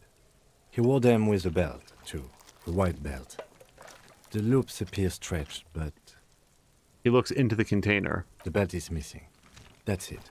Do you see anything else in there? I have another bag here. Something slimy catches your eye. Reach for it. A drab, long-sleeved shirt, olive-colored, appears from the food waste, dripping with pus. Bag it. This is a military-type overgarment. No label or serial number. This is the kind of rib-knit shirt that's worn over light armor to conceal it in an urban scenario. Anything more? So, and this is cool with me. Elf is saying, I think he meant it was callous to lock the trash away from the homeless. Okay, I was not putting that together. I was very confused as to what was callous about it, but that sounds more reasonable than what I was thinking, which was nothing. I really was not sure what that was about, so thank you for that. Captain Dingus says, yeah, the voices are great. About 90% of the voices were added in the Final Cut edition. It was very reading intense before. Yeah, and I'm liking the voice work. And the Final Cut, just for anybody knows, is a free patch for the release version. So we bought this game once, and it was patched to add all of this content. Military type overgarments, label serial number, rib knit shirt that's worn over light armor to conceal it in an urban scenario. Anything more? Interesting. And again, we would assume that it would belong to the guy who's dead, which we haven't even had any conversation about the identity of the guy. The rest of the rags are just kitchen variety waste. A yellow old mug that catches your eye. But other than that... Alright, a thrown out towel and a mug, that's all. Alright, we should go to Gart again and ask if he knows who put the clothes in the trash. It could be as simple as someone from the hostel cleaning the yard. Or that one. I'd advise against confronting that force. Yeah, it hasn't worked out for me so far. We need to ask the kids who put it here. Do you think someone from the whirling might have been involved somehow? So, from everything that we know, the only entities that have access to the inside of this trash container is the trash company or the people at the whirling in rags. So it doesn't seem like the kids... And the kids are not going to tell me anything at all, except they're going to, like, call me slurs and say that I'm trying to molest them. So we're not going to get any information out of them. I think it has to be somebody from the whirling. Not really. All we know is the victim's clothes are in the trash. The lid was locked, and his establishment had the key. It's just a small loose thread. Feels more than a small loose thread, though. The fuck's he on about, kids? You hear that, Kuno? He thinks you're an infant or something. See? Yeah, those kids suck. The lieutenant nods, then looks back into the trash container. Okay, I don't think we're going to find anything else in there, and yet if I make that assumption, then I will miss the, I don't know, Ark of the Covenant or whatever's in this trash can. So let's look under the boxes. You see milk, an egg rest with one broken egg in it, some pasta wrapper. Picking up the soggy packages somehow feels familiar. A box falls into pieces in your hands. Batiste Soleil cereal. There are plastic pasta packages below, and turbo noodles. Nothing of note, however. I like many things about this man's accent, but pasta is one of the highest on the list. Dog says, I was surprised that there was actually voice acting, honestly. I played this when it first came out, and it was just a visual novel with the occasional sound effect. Yeah, so it's super cool that they added all of this stuff. Let's search the food waste. It's just organic waste, cold and slimy on your hands. Apple and potato peels, mostly. Unidentified sludge, and the occasional chicken bone thrown in for good measure. But hey, nothing. It's nothing. Nothing more to see here. Inland Empire feels particularly like paranoid about things. What's this? What? A blue piece of plastic sticks out from the apple peels. It's shiny. Looks like the corner of something. Hopefully it's my badge. They look badly damaged, but you can still make out forms and notes, written in a man's handwriting. Oh, is this my, my police documents? Officer, is that your paperwork? I don't know what it is. It is. Look, the plastic has the RCM street grid on it. You've even got an autopsy form in there. A miserable-looking slip of paper sticks to the board. If you don't mind my asking, how could you have let your paperwork end up in the trash? Okay, Kim, stay with me here about the being like 3 sheets to the wind for 4 days. Foreboding quality to it. Maybe I needed to lose it for the great bloodletting to begin. I think I didn't want to be a cop anymore. That's why I tried to flush my cop life down the toilet. I'd rather not talk about it right now.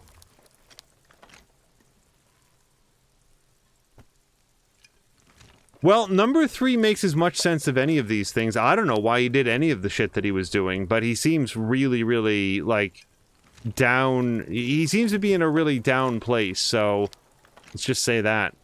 In real life, I would not talk about it, but shit. Well, he doesn't know what to say. No. His eyes express a rare condolence. Then he picks it up. Oh, hello to First Ben Joseph. I hope you're having a great Thursday so far. We are checking out Disco Elysium for the very first time. Lucky we found it. You should take stock of what remains, just to be sure some has not made it into the hands of the RCM's adversaries. Organized crime and the like. There might have been police secrets in your notes. Good point. I will do that. It would also not hurt to start taking notes on the case. Now, tell me what your eagle eyes see. Or are we finished? I think we're done. So, read your ledger and name the case. Okay? And I would love it if my ledger kept track of some of the information that we found so far, because this may not... How are you liking it so far? Asked First Ben Joseph. It is very, very interesting. And I like the art style, and I am intrigued by the mystery, even if I don't think that my character is doing a very good job of succeeding. You know what? We're already elbow deep into the food waste. Let's get the mug too. You pick out a broken mug with an oddly racist depiction of the yellow man frolicking in saffron. Okay, well fuck that then. Put it back. Only in its social sensibility. No. Why is my only option now to take the racist broken mug? Briefly glances at the mug, then returns his sight to the trash. So I just want to throw it out now. The container sounds a muffled gong. That's one thing off the list. I think we got it all. Okay. Can I or should I lock it again? Hey, so we've been monitoring you internally, and now we know your capo type. There are capo types? Yes. Guess what's yours? Capo type. Cool cop, weapon cop, sorry cop, sorry you had to monitor me. I really feel like a sorry cop right now. Yes, sorry cop. The cop who's sorriest. Let's make it official then, shall we? Huge lack of enthusiasm going on in here. What are the other capo types? Won't they be jealous? I'm sorry. Oh, because I'm going to be a sorry cop. You know, actually, I'm not sorry. I changed my mind. Fucking they should be sorry. I gotta tell you, empathy. I've kind of lost track of what we're talking about here. What are the other capo types? Oh, you know. Apocalypse, Superstellar, the advanced interesting cop, liquid shadow cop. But you're too sorry to say those things. So, here we go? So, am I sorry cop because I apologize for all my bad behavior? Because I feel like I am sorry for those things.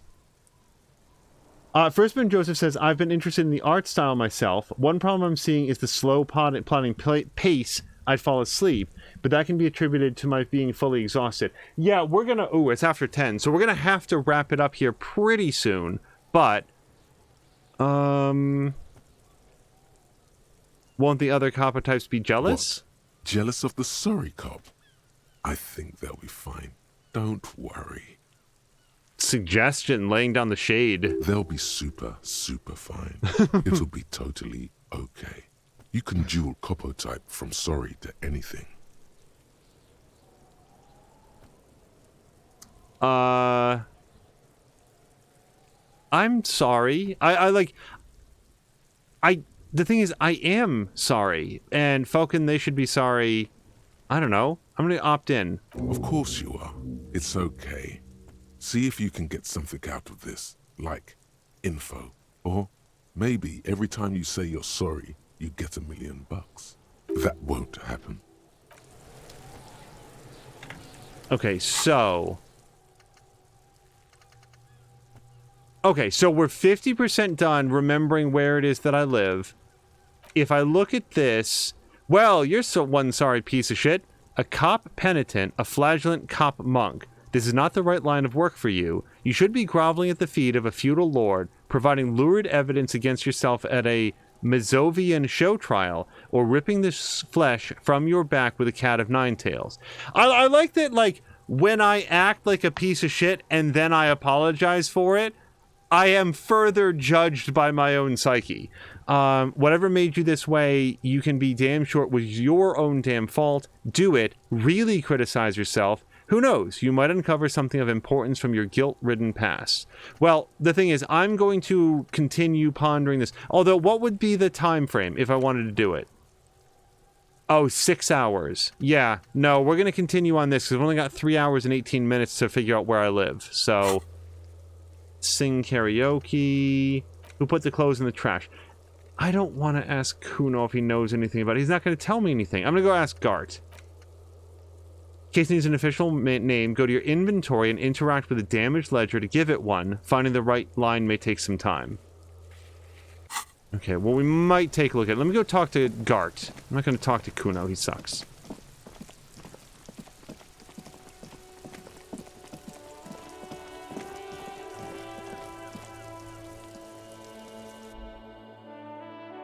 Smiley's saying, I love the talking with your own head going on. Yeah, and the different, like, aspects of your personality are more or less likely to speak up depending on how you have spent your points.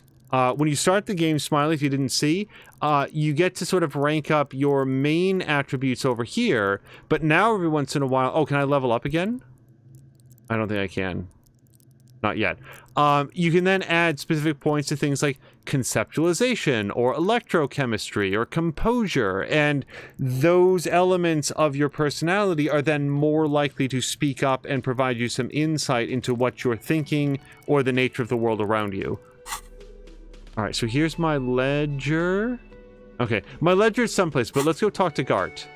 Also, I wanted to look at whatever this is. A bottle of rum has been knocked over. Beautiful dark liquid is spilling out. That sugary black rum stain on the counter makes you teary-eyed with joy. It's almost touching how syrupy and sticky it is. How long have you been up already?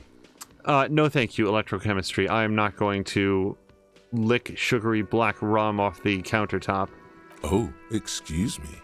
Do you have something better to do than lust for sweet syrupy rum and lemonade? With a twist of lemon? Maybe lime. Maybe who cares? Just rum. Oh, God. Like, it's the grossest thing in the world. It's like, it's very hard for me not to click on this, but we're just going to finish the thought. All right. And, like, I can talk to these other people, right? It's just that I don't have a lot to ask them about it right now. Now, I think those doors open at 13 o'clock, so that's basically 1 p.m. Can I help you? Here's your trash container key. Thanks. I hope you found what you were looking for. I found some clothes. How strange. I certainly didn't put them there. Could someone on the staff have put them there? No, ask like who else has the keys, because that's really important. If he says I have the only set of keys, that narrows a list of suspects. The trash collection service, CS Municipal. I don't see why they would put anything in the trash, though. Ah, the elusive CS Municipal. I doubt we'll be able to track down who was sent here last and when. This will have to be one of those little threats that solves itself down the road. Thank you anyway. Could someone on the staff have put them there? Did anybody borrow your keys? Sylvie had the keys before I got here, and I can vouch for her. I can vouch for all my stuff. None of us would tamper with the crime scene. All right. This feels like something I don't really want to say. Maybe you were sleepwalking or in a fugue state. What on earth would make us think that? That seems... I don't want to say that. That's stupid. Yes? So I got $4. Yes. Have you got it? How much do I owe again? A lot. A lot. For the room, drinks, and okay. Like what? I was really enjoying talking about the money you owe me. So I'm going to ask you about something that I've seen at the Whirling, Gart. What thing? Oh, okay, good. There is information. Why can't I go into the kitchen? What are you, a cook now? That's none of your business. So I have an option to say that I have a search warrant, but do I really? That hasn't come up in conversation prior to this, but there could be something pertinent to the investigation. He wasn't pan-fried. He was lynched. What could the kitchen possibly have to do with... Oh, he changes his mind. Fine, okay. The kitchen is closed until 1 p.m. because the cook is working. You can snoop around after that, if you must. Okay, that's sort of what I was... So we got an hour until that happens. I saw a sign that the mess hall is reserved for the Union. Yes, not the whole damn Union, thank God. Just the nastiest and loudest faction.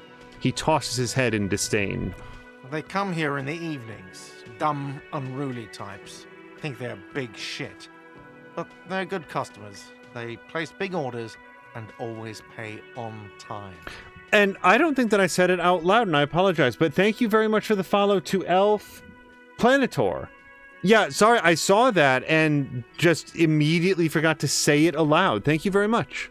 He hates the Union, but grudgingly recognizes its power over him. So he's directing his frustration at you instead. Retaliate. What if not retaliate? What if you just point out, I'm not with the Union and so far don't have a strong opinion of them?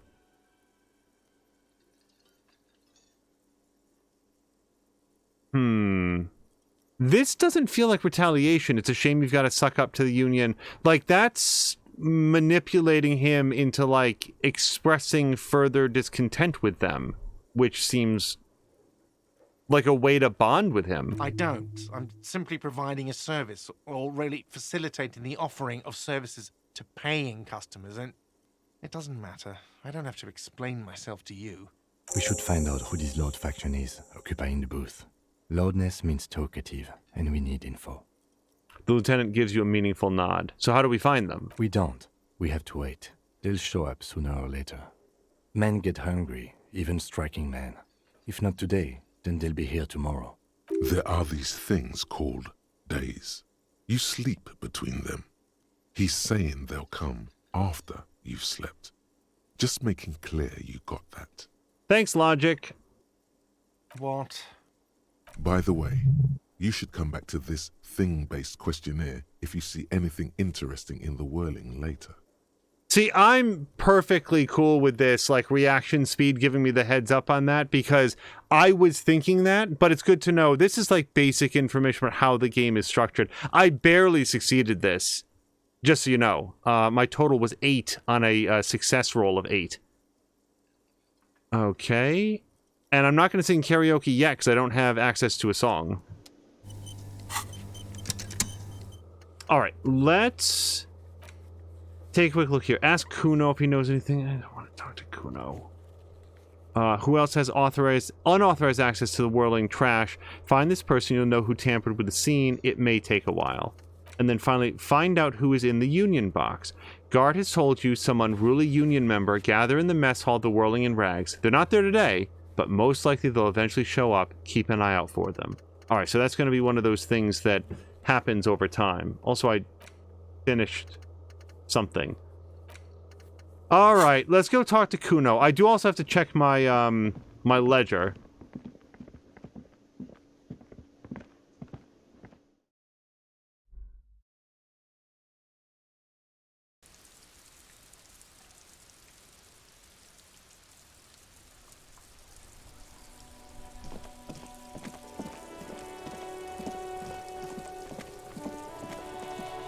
Okay, I'm gonna throw down a quick save just in case, like, I get the end of the game here because this kid summons the, like, cops. Kuno care?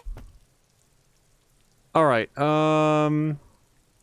Oh, we did find a shack. You found Kuno's secret door to Kuno's secret shack. It was closed for 5,000 years. How the fuck did you get in? So, being in any way earnest or direct with this kid has, you know, been to our detriment. So I phase shifted through the roofing material, you dumb shit. Get the fuck out of here. You can't do that. You can't do that, Kuno. He's trying to fuck at you again. Pigs can't displace. Can't do that teleport shit. He says to himself, then turns to you. How did you like it in there, pig old boy? Kuno's got a lot of cool shit there, right? Okay, we can ask him about his drugs. The tube of magnesolum. Is that my code up there? Could I get into the harbor from the roof? Or I've heard enough of this.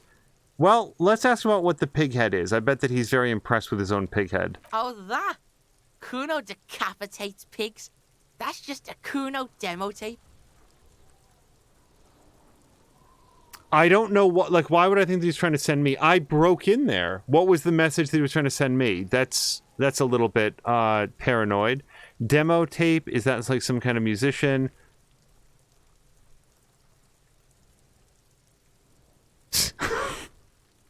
So I can choose not to say anything, but I actually like this one. Cool pig head. I liked it. I got one too. This one.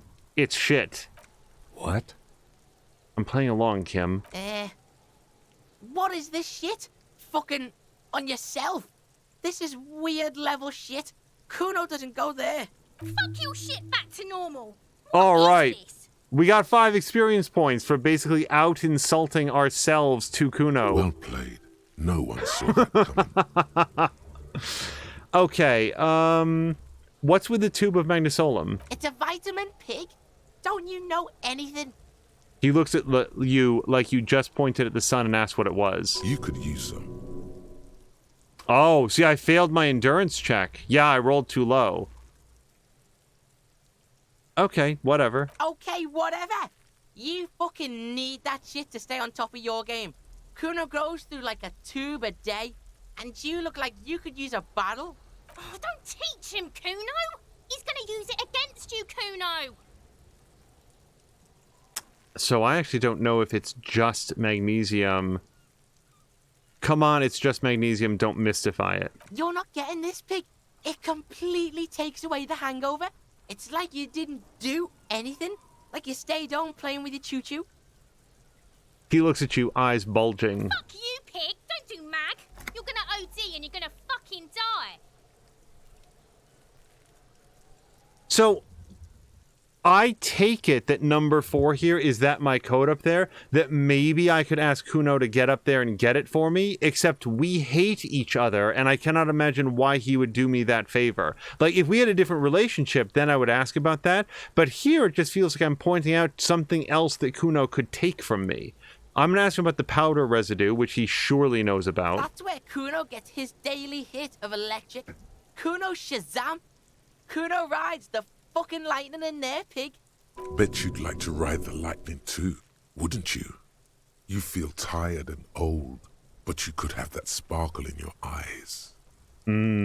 Yeah, nothing gets the pep in your step quite like a amphetamine hit. I'm gonna ask him about the coat. I don't think this is very wise. Is it? You got pretty fucked. Kuno's surprised you've still got your head after all that. After all what? Don't sweat it, drunk pig. Kuno will keep your nasty secrets. Kuno's not snitching. He's saying you climbed up there. He probably saw you do it. Yet, that conclusively explains how the coat got up there. Okay. Could I get into the harbor from the roof? Of course you fucking can. How do you think Kuno made all the docky boys his gimps? Just gotta fly, pig.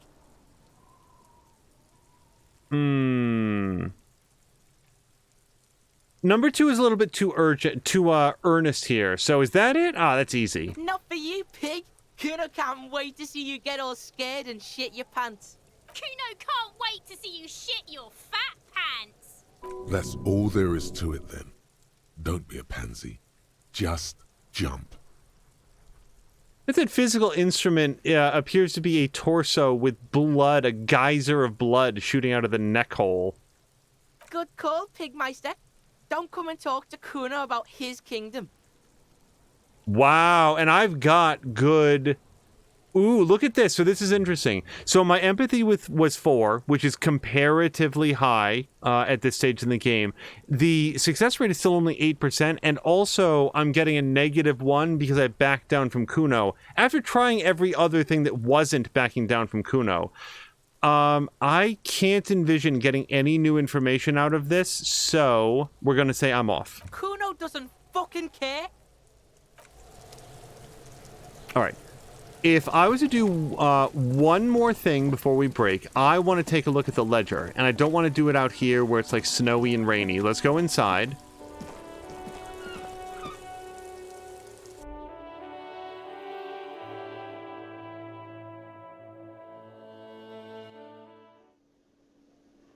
All right, we'll go hang out with our friend Lady On, or whatever her name is. Okay, inventory. Interact. So we've got a damaged ledger and yellow man mug. Use the interact button in the inventory to inspect it. Okay. This broken-eared mug somehow made its way into the Whirling in Rags dumpster. It depicts a person of Samaran descent frolicking in a field of saffron flowers.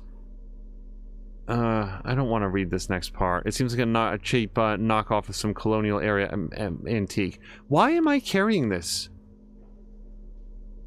Is it supposed to be a clue to who might have thrown out the clothing? Like maybe they decided to double up on their... I'm going to throw out this corpse clothing, but also this old racist mug.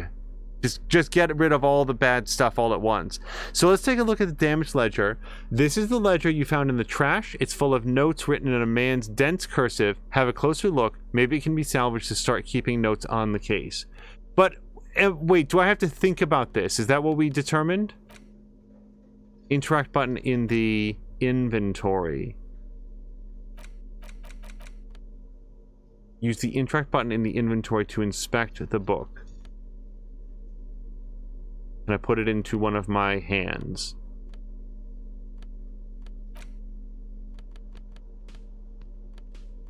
Oh,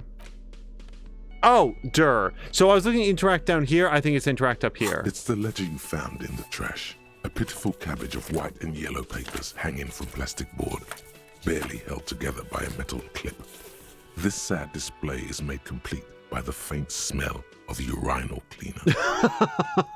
Sorry, urinal got me there. Also, A.R. Aardvark says there's a big red interact button. Yeah, just so that everybody knows, I am the master of overlooking the largest button on the screen. If you ever go back, I've mentioned this on occasion, if you ever go back and watch our collection for Anno 2205, there's a solid 20-minute segment where I am trying to find the largest button on the screen. Let's see. Anything else? There's a piece of toilet paper. Or is it cleaning tissue? No, it's toilet paper. Desperately sticking to the back of the blue plastic clipboard. It's a metaphor for you. Below the pathetics, terror. Do not look into its blue heart. Inland Empire really hates me. Well, we're going to inspect everything, so let's start with the toilet paper. It's just toilet paper sticking to the back of the plastic clipboard. You can take it off if you want. Do take it off, although now I feel very conspicuous about doing this inside the cafeteria. Still wet, the toilet paper peels off the plastic easily. All you have to do is shake it off with your finger and voila! The ledger now looks marginally better. Inspect the clip. An aluminium block runs the width of the board, biting down on the paperwork. Its crocodile teeth are the only thing keeping the papers together. A regular pencil, the tip worn down to nothing, has been attached to the clip.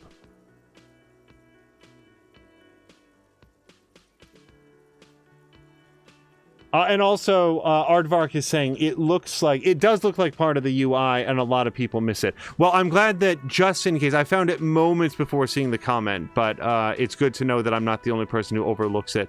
Let's run our finger across the aluminium. The surface is interrupted by a silvery sticker. It's rectangular, sparkling with iridescence.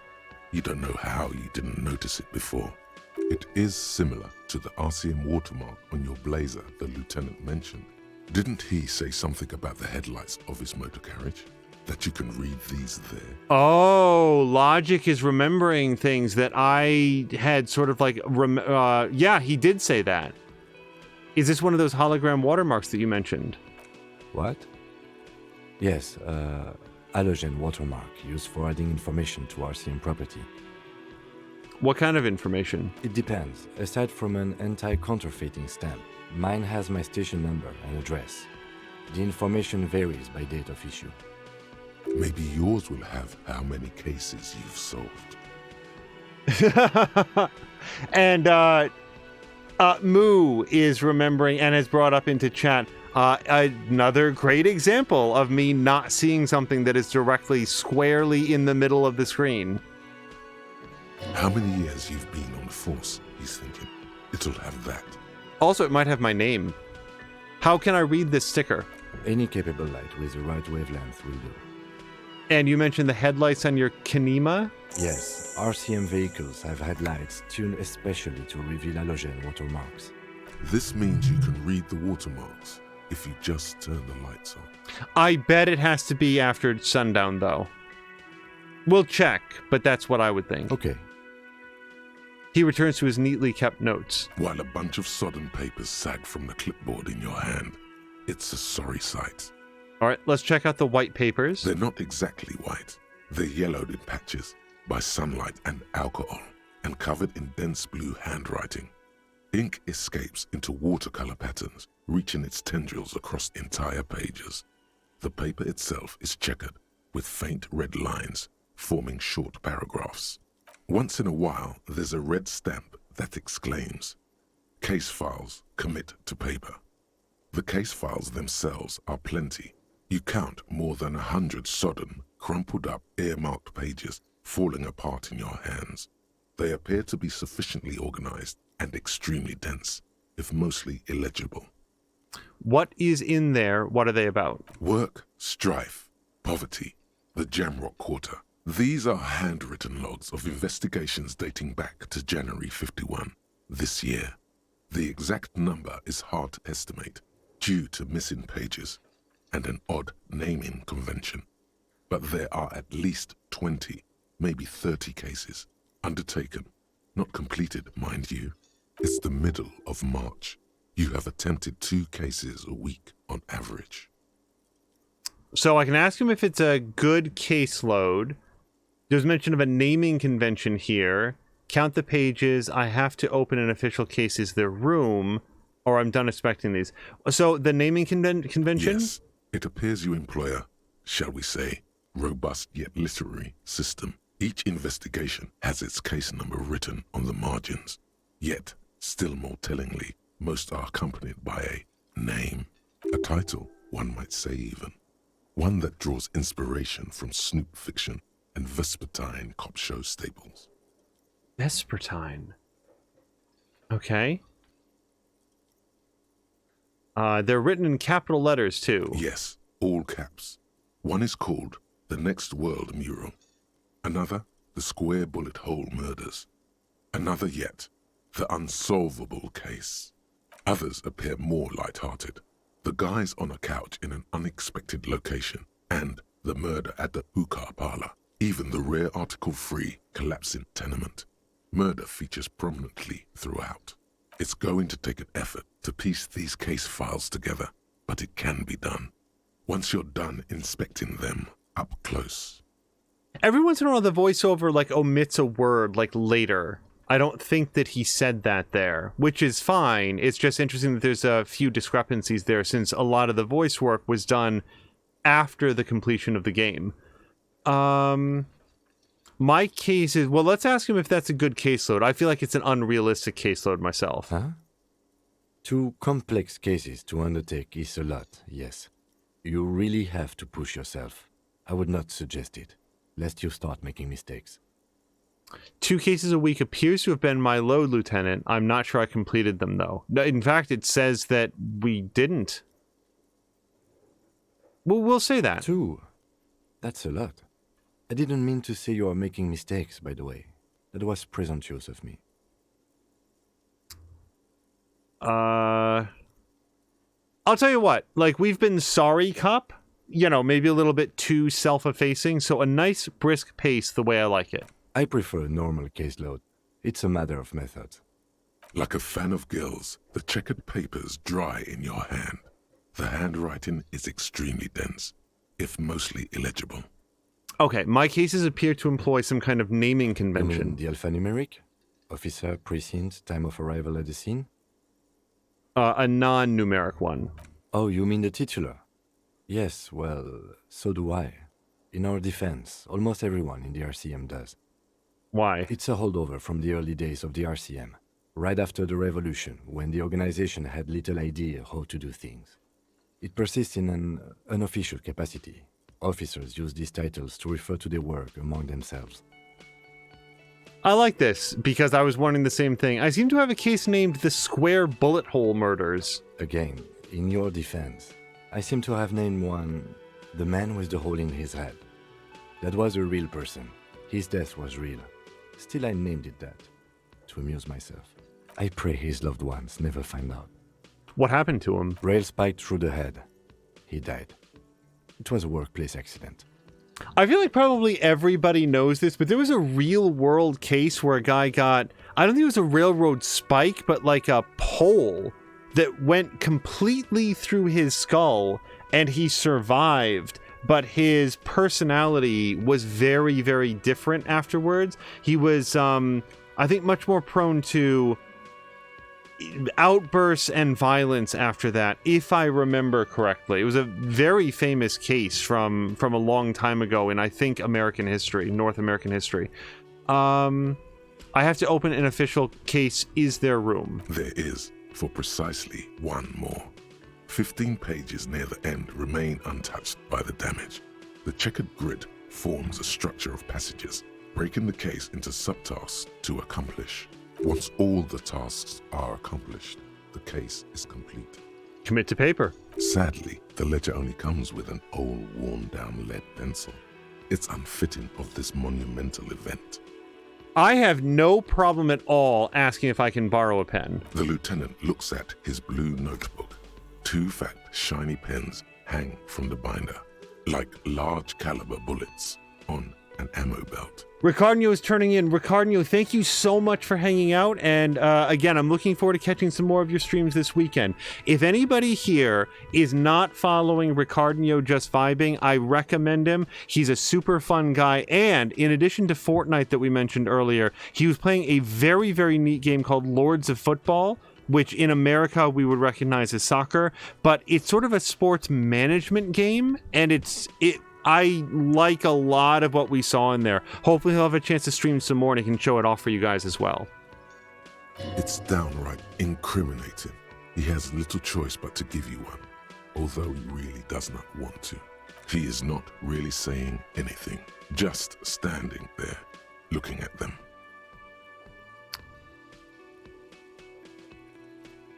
Oh...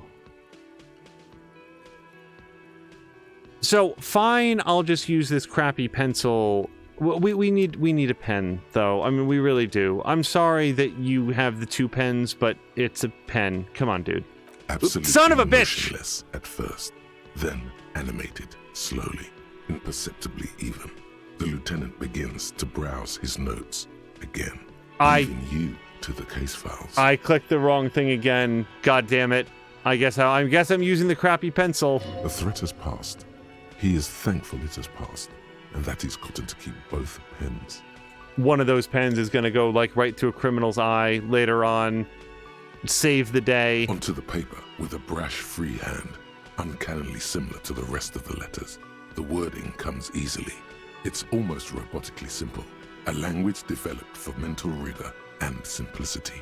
Inspect the victim's body. Interview the cafeteria manager. It's not exactly poetry, but poetry would be out of place. All right, let's cross off the ones that we've already finished. A satisfying slash sounds across the paper. You're done, it seems to say.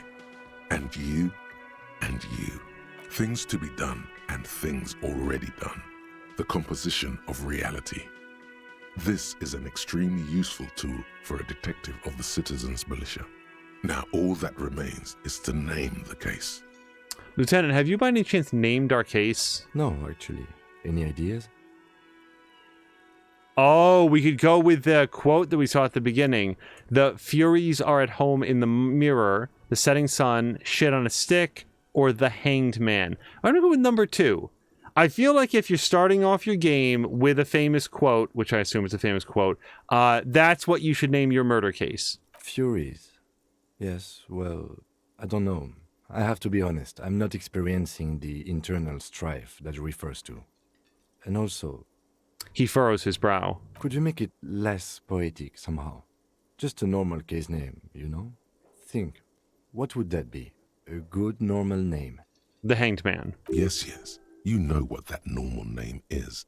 But it's so plain. Anything else, please.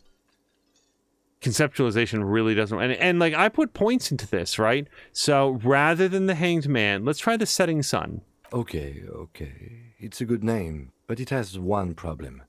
This case has nothing to do with the setting sun. At all. It has nothing to do with that, so... Something more concrete, perhaps? Do you have something concrete, mundane, usual? Usual is boring. We don't do that. Okay, well, he doesn't do non-mundane. He doesn't do exotic. So the Hanged Man it is. Great. That's great. That's actually what I was thinking too. The Hanged Man. Good, strong name. We have a very good name for the case now. I'm going to start calling it the Hanged Man. It's good we sorted this out. Oh, I got a skill point. All right, I'm done inspecting these. You don't exactly close them, so much as distance yourself from the smelly papers. They're a little further from your nose now. So I'm gonna I get a +1 on this because Kim explained the system. Also, I'm pretty good at logic. 72%. Come on, no whammies. It's proving to be harder than expected. You just don't have the intellectual rigor to patch the quilt back together. Try again later. I specifically said no whammies. So, we need to browse... Yeah, we got some time. Let's browse the yellow papers. In the back, you see thin, translucent copier paper. Some neon yellow, some bright red. All covered in boxes, like marching armies. These look like official forms, waiting to be filled out. Then rip them from the binder and hand them out, according to type of form. What types of forms are there? 3. The topmost are misconduct fines. The middle ones are station calls. And the bottommost are field autopsy forms. Each is easy enough to make sense of. You don't have to be an intellectual giant to do police work. Well, let's start at the top. Misconduct fines, which I assume are misconduct against me. A monetary penalization ranging from 20 to 250 real. Severe cases allow for 1,000 real, but that requires special paperwork. The details of issuing these fines are spread out over the rest of the fields, but they appear pleasantly vague. All right, I have no idea what station call is. These are quite sinister in tone. They give a date and time for the person to appear at the specified precinct police station. Below the call are the criminal charges you risk by not appearing. All right, in field autopsy. A dozen pages of thin copy paper, bright red in color. You see the parameters of a deceased human form waiting to be filled in. Age, sex, condition of internal organs. So here's one thing that just is sort of in the background. I don't know how to examine the body. It's hanging from the tree. I can't get it down because the little ladder that's there is only suitable for the kids, and the kids are assholes, so they're not going to help me get it down. And my character doesn't seem to have access all that to... remains now is to fill those forms and hand them to people. Fines for wrongdoers, interview requests for bad guys, and field autopsies to dead guys. The rest of the stinking cellulose is much worse for wear. Being sandwiched between the board and the rest of the paperwork must have spared the fragile copier paper. All right, let's look at the clipboard, and I don't want to smell the ledger, but it's available, so we'll probably do it. It's made of dark blue plastic, hard enough to beat someone to submission with. The edges are rounded, however. The U4 size board feels thick and heavy in your hand. Light shimmers on its wet surface. On the back, you see the embossed letters, RCM. Okay, why am I asking about the color? It's dark blue. Who cares? Blue. The blue heart. Don't look into it. Okay. Shaking the ledger seems like it's just going to make a mess of things, but let's check it out. Something rattles inside, ever so lightly. Is there a hidden compartment? Permeables. It's not hidden per se. The compartment is made for permeable materials that would get damaged if something happened to it. Peek inside. The plastic shimmers like lapis lazuli, but it is not see-through. You cannot see to its center. Okay, well, look for this hidden compartment and open it up. Oh, how would I open it? With your hands. U4 sized pages hang from the clip screwed to the top of the board.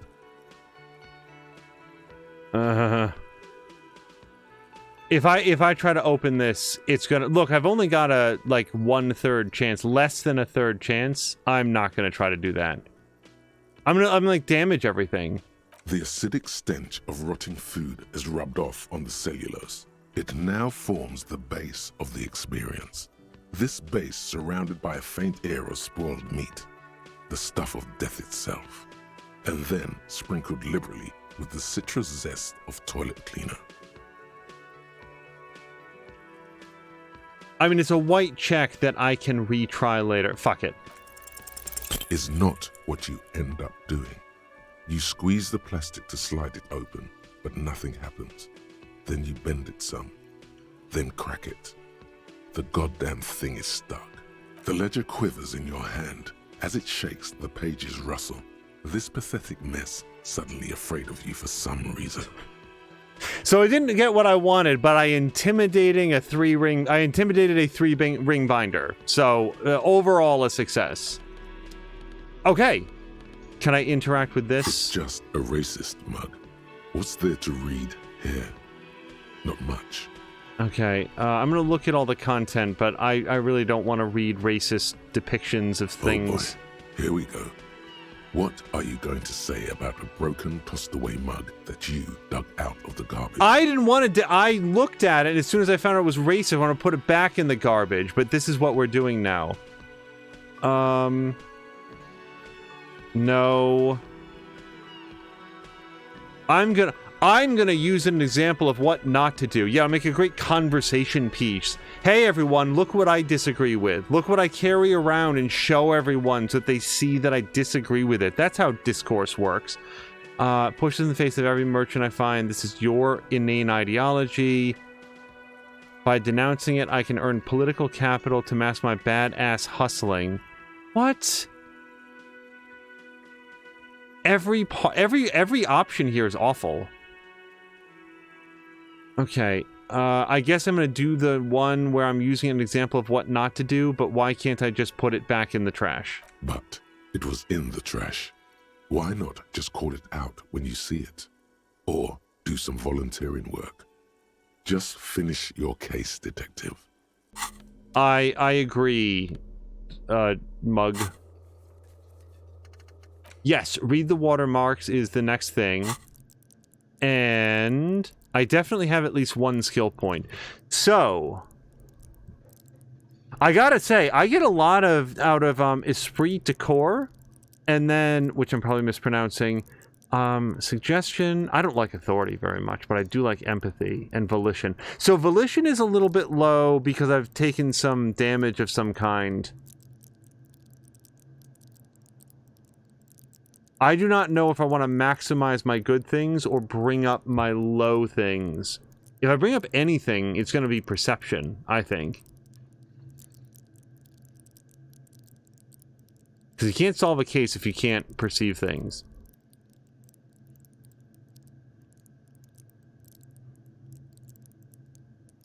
Rhetoric, drama, conceptualization. I did like visual calculus. That was the other thing that I was thinking about, like, putting a specialty point into.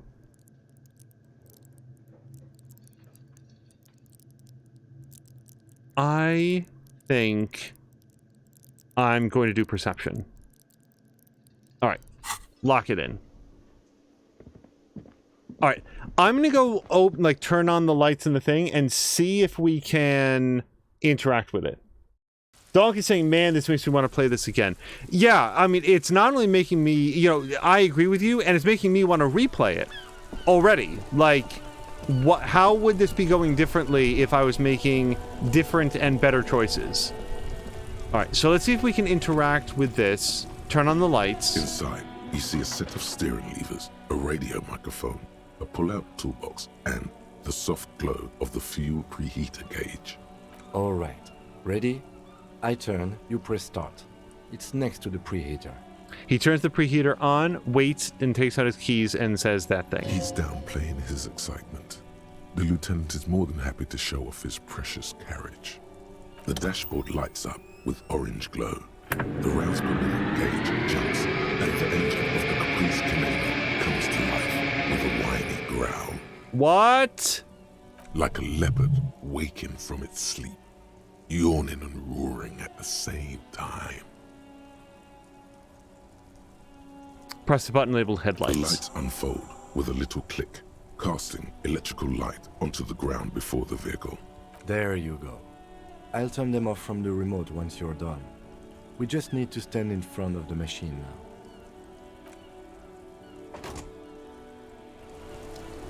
All right. As you hold your ledger's clip under the headlamp, an iridescent hologram appears. A street grid and the veins of a great river. A familiar sensation washes over you. There she is. Revachol West. There's a note of pride in the lieutenant's voice. Around the borders of the watermark are dozens, no, hundreds of micro-perforations. I have to say I'm curious about the micro-perforations. There are many of them, and they are divided into 3 separate rows. Tally up the rows. The first row has 18 dots. Wait a second. Do I need to know this? I'm going to make a quick note. 18. Oh, this pen doesn't work. Oh, this pen doesn't work, and I'm alone tonight. No. Hold on. I don't know that I need to know this, but every once in a while when a video game is suddenly feeding you oddly specific information about numbers and so forth. So 18. There we go. 18 dots. Now, my 2 options are not bad, and then what about the next one? What is not bad? Not bad for what? You don't even know what it means yet. Oh, Damage Ledger and I are actually on the same note, the same tune, but it doesn't even know it. The next is the longest. It runs all the way around the border, and then some. There are so many, it's hard to count. More than 150, at least. Maybe even 200. Okay, so 150 at least, but up to 200. The last row has 3 perforations. 3? That's it. All right, we'll ask him about the holes right now. Those are perforations. They represent your record as an officer of the RCM. They are your statistics, as it were. I should have guessed you'd keep a record. Officers often do. Let's take a look. Alpha male officers who are proud of their numbers often do. It's meant. The first row represents your years of service. 18 years. Okay, not bad at all. What did you do before you volunteered? Yeah, I keep wondering if he has figured out that I have amnesia or not. I walk the land telling whores and liars of the end to come. There are 9,855 days remaining. I feel like I just went around apologizing. Well, I am sorry, cop.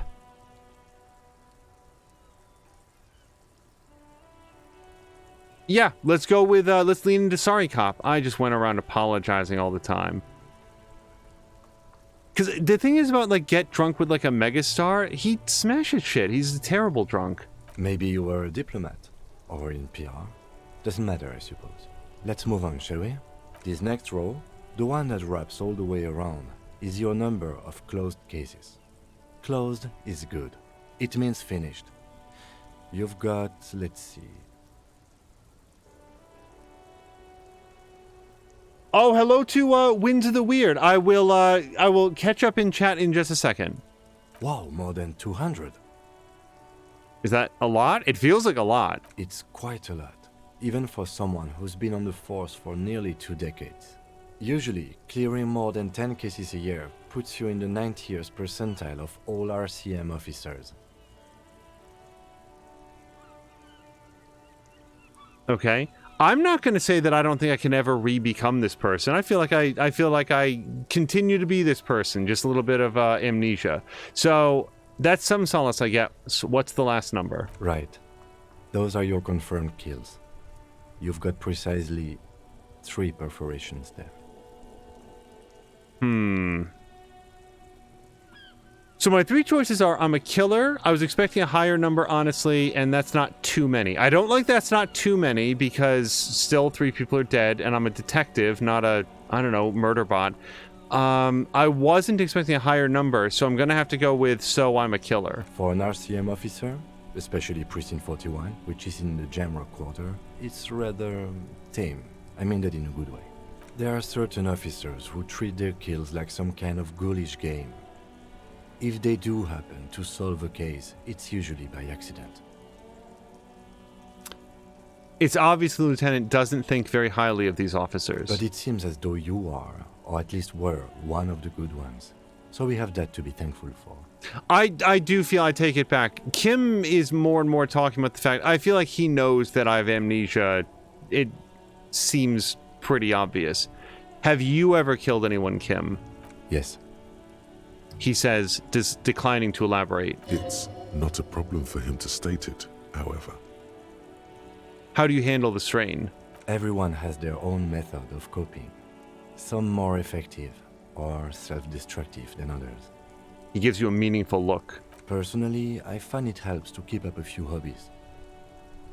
Like what? Oh, this and that. Let's not get into it now. So I'm definitely not going to say hobbies are lame after he just confided on me that he, uses them to sort of keep his center. So maybe I should find a hobby. Anything's better than annihilating yourself with drugs and alcohol. It's meant in earnest. Please don't mistake it for a jab. Thanks. The lieutenant nods. Okay, one last thing before we sort of wrap up. Let's look at the shimmering street grid. The rectangular watermark is overlaid with the logo of the RCM, and yet the major arteries of Revachol are all recognizable.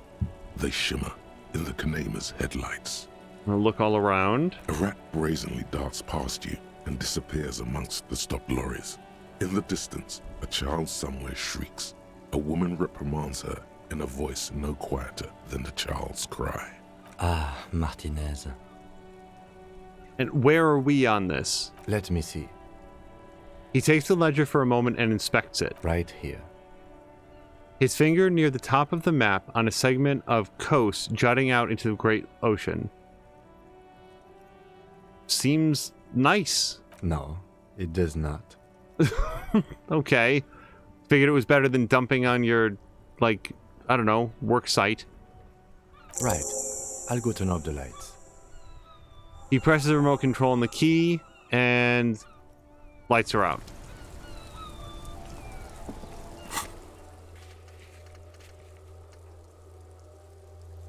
Okay, so we read the watermarks. Okay, so it is almost 11 p.m. It's after 11 p.m., so I'm just going to get sort of positioned here. I'm going to do like a Pokemon Center and get on that circle. So let's throw down a real save. And I feel like this is the last save where I was. Like on my manual save. Alright, let's just take a quick look back in chat. Oh, hey! Congratulations to Winds of the Weird for doing well. Went from unemployed to full-time. So a bummer for free time, but a boom for the coffers. Absolutely. Congratulations on that. I hope that you are enjoying the job. Let me just take a quick look. So Mia was voting to call the case shit on a stick. The thing is, that had as much to do with what we've seen so far as the setting sun. So I don't think Kim would have accepted it. I should have given it a shot. Also, Moo was saying I haven't heard no whammies in a long time. Yeah, although I've never actually seen the game show on which it's based, for a while Bill Murray was in talks to... there was going to be a biographical or like dramatization movie about the guy who got onto that show, and I always forget the name of the show, and he had figured out what the... like how every board in the game was laid out so he could just keep winning infinitely. It was a little bit like that guy that made it onto, or was it a couple, that made it onto, The Price is Right. And they'd figured out like what all of the prices for everything were, like where the different pricing tiers were. So even if they didn't know a particular item, they could estimate it to within just a few cents, and they like dominated for a while. Yeah, game shows can be broken, and there's some interesting stories about people in history that have done it. Let me just take a quick look. Smiley's is going to head off. I'm dozing off a little bit here. Hope you have a great evening. I regret missing Smiley. Smiley, I hope that you have a great evening if you watch this sometime in the future, and hopefully we'll see you later on. And so Donk is saying, I've never seen this playthrough, which makes me feel really good. We went with sort of like a brainy style Columbo character. I feel like we are failing as many checks as we make, but we're basically going to see whether or not this game is completable with a real below average character, it feels like. Winds of the Weird saying, I was hoping you'd play this. I've been away from Twitch for a bit since you finished The Last of Us 2, and you floated this game as a possibility. Yeah, you're catching us right at the very first episode.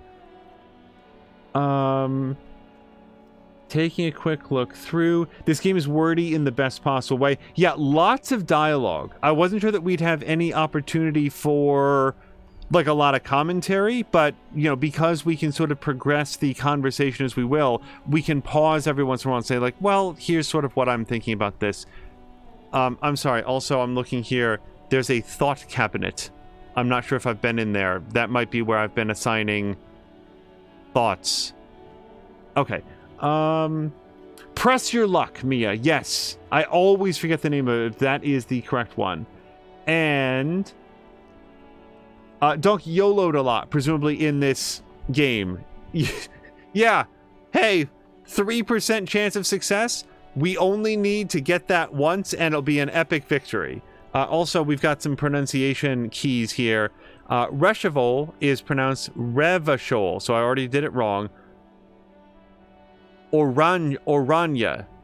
Oh, that's the woman that we met upstairs, and I didn't know how to pronounce it. And then Klasia is how we pronounce that. Anyway, I have saved it. It's after 11. I very much need to go to sleep.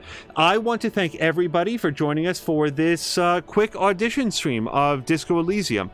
I find it very, very interesting. There might be one other game that is, I think, rather different, but still sort of very narratively based, that we might do an audition for and then feel out which one we want to try to make the next one that we play all the way through. So we are going to find somebody fun to raid, and on our way out, as I just take a quick look, huge thanks to Donk for the gift subs that he handed out. Very, very much appreciated, as well as to Marquack for cheering the 1,000 bits. That was huge. And thank you all for like hanging out and chatting and participating in the game. This was a lot of fun to check out. I just want to make sure this doesn't start overriding. And I think, yeah, let's go. It's been a while since we have raided to Toxic, and he's playing a brand new game, or at least a brand new game to me in terms of what he's playing. Toxic is a friend of the stream who has played a lot of Sea of Thieves, but in the past he's also played a survival crafting game like Grounded, or sort of one of those, do we call them survival shooters? What would you call DayZ exactly? In my head, they sort of qualify as survival shooters. But tonight he's playing Doom Eternal, which is a game that Patikin has just wrapped up, and I think it'll be very fun to check him out. So let's check him out there as we go. Mia is doing an awesome job of shouting at some of the folks that have been through, like Donk Show, First Ben Joseph, I Moo Do You Moo Too, Go Hybrid. Let's see, I'm sure that I'm missing so many, but welcome back to Winds of the Weird. I'm very glad to have you back. And we met a couple new people today as well who seem to be... Oh, yeah, Tashir was in here a whole bunch. But, oh, yeah, Aardvark. Thank you to Aardvark. Smiley. Panda. Just trying to scroll back as far as we can go. And also, Tinkuradin, who got one of the gift subs from Donk Show. So... welcome, and I hope that we will see you again in the future. Anyway, until next time, you guys, thank you so much. Oh my gosh, wait. Thank you to Winds of the Weird, who just resubscribed. Thank you so much. Okay, we are out of time. It's about to do the raid. I hope you guys have a great night.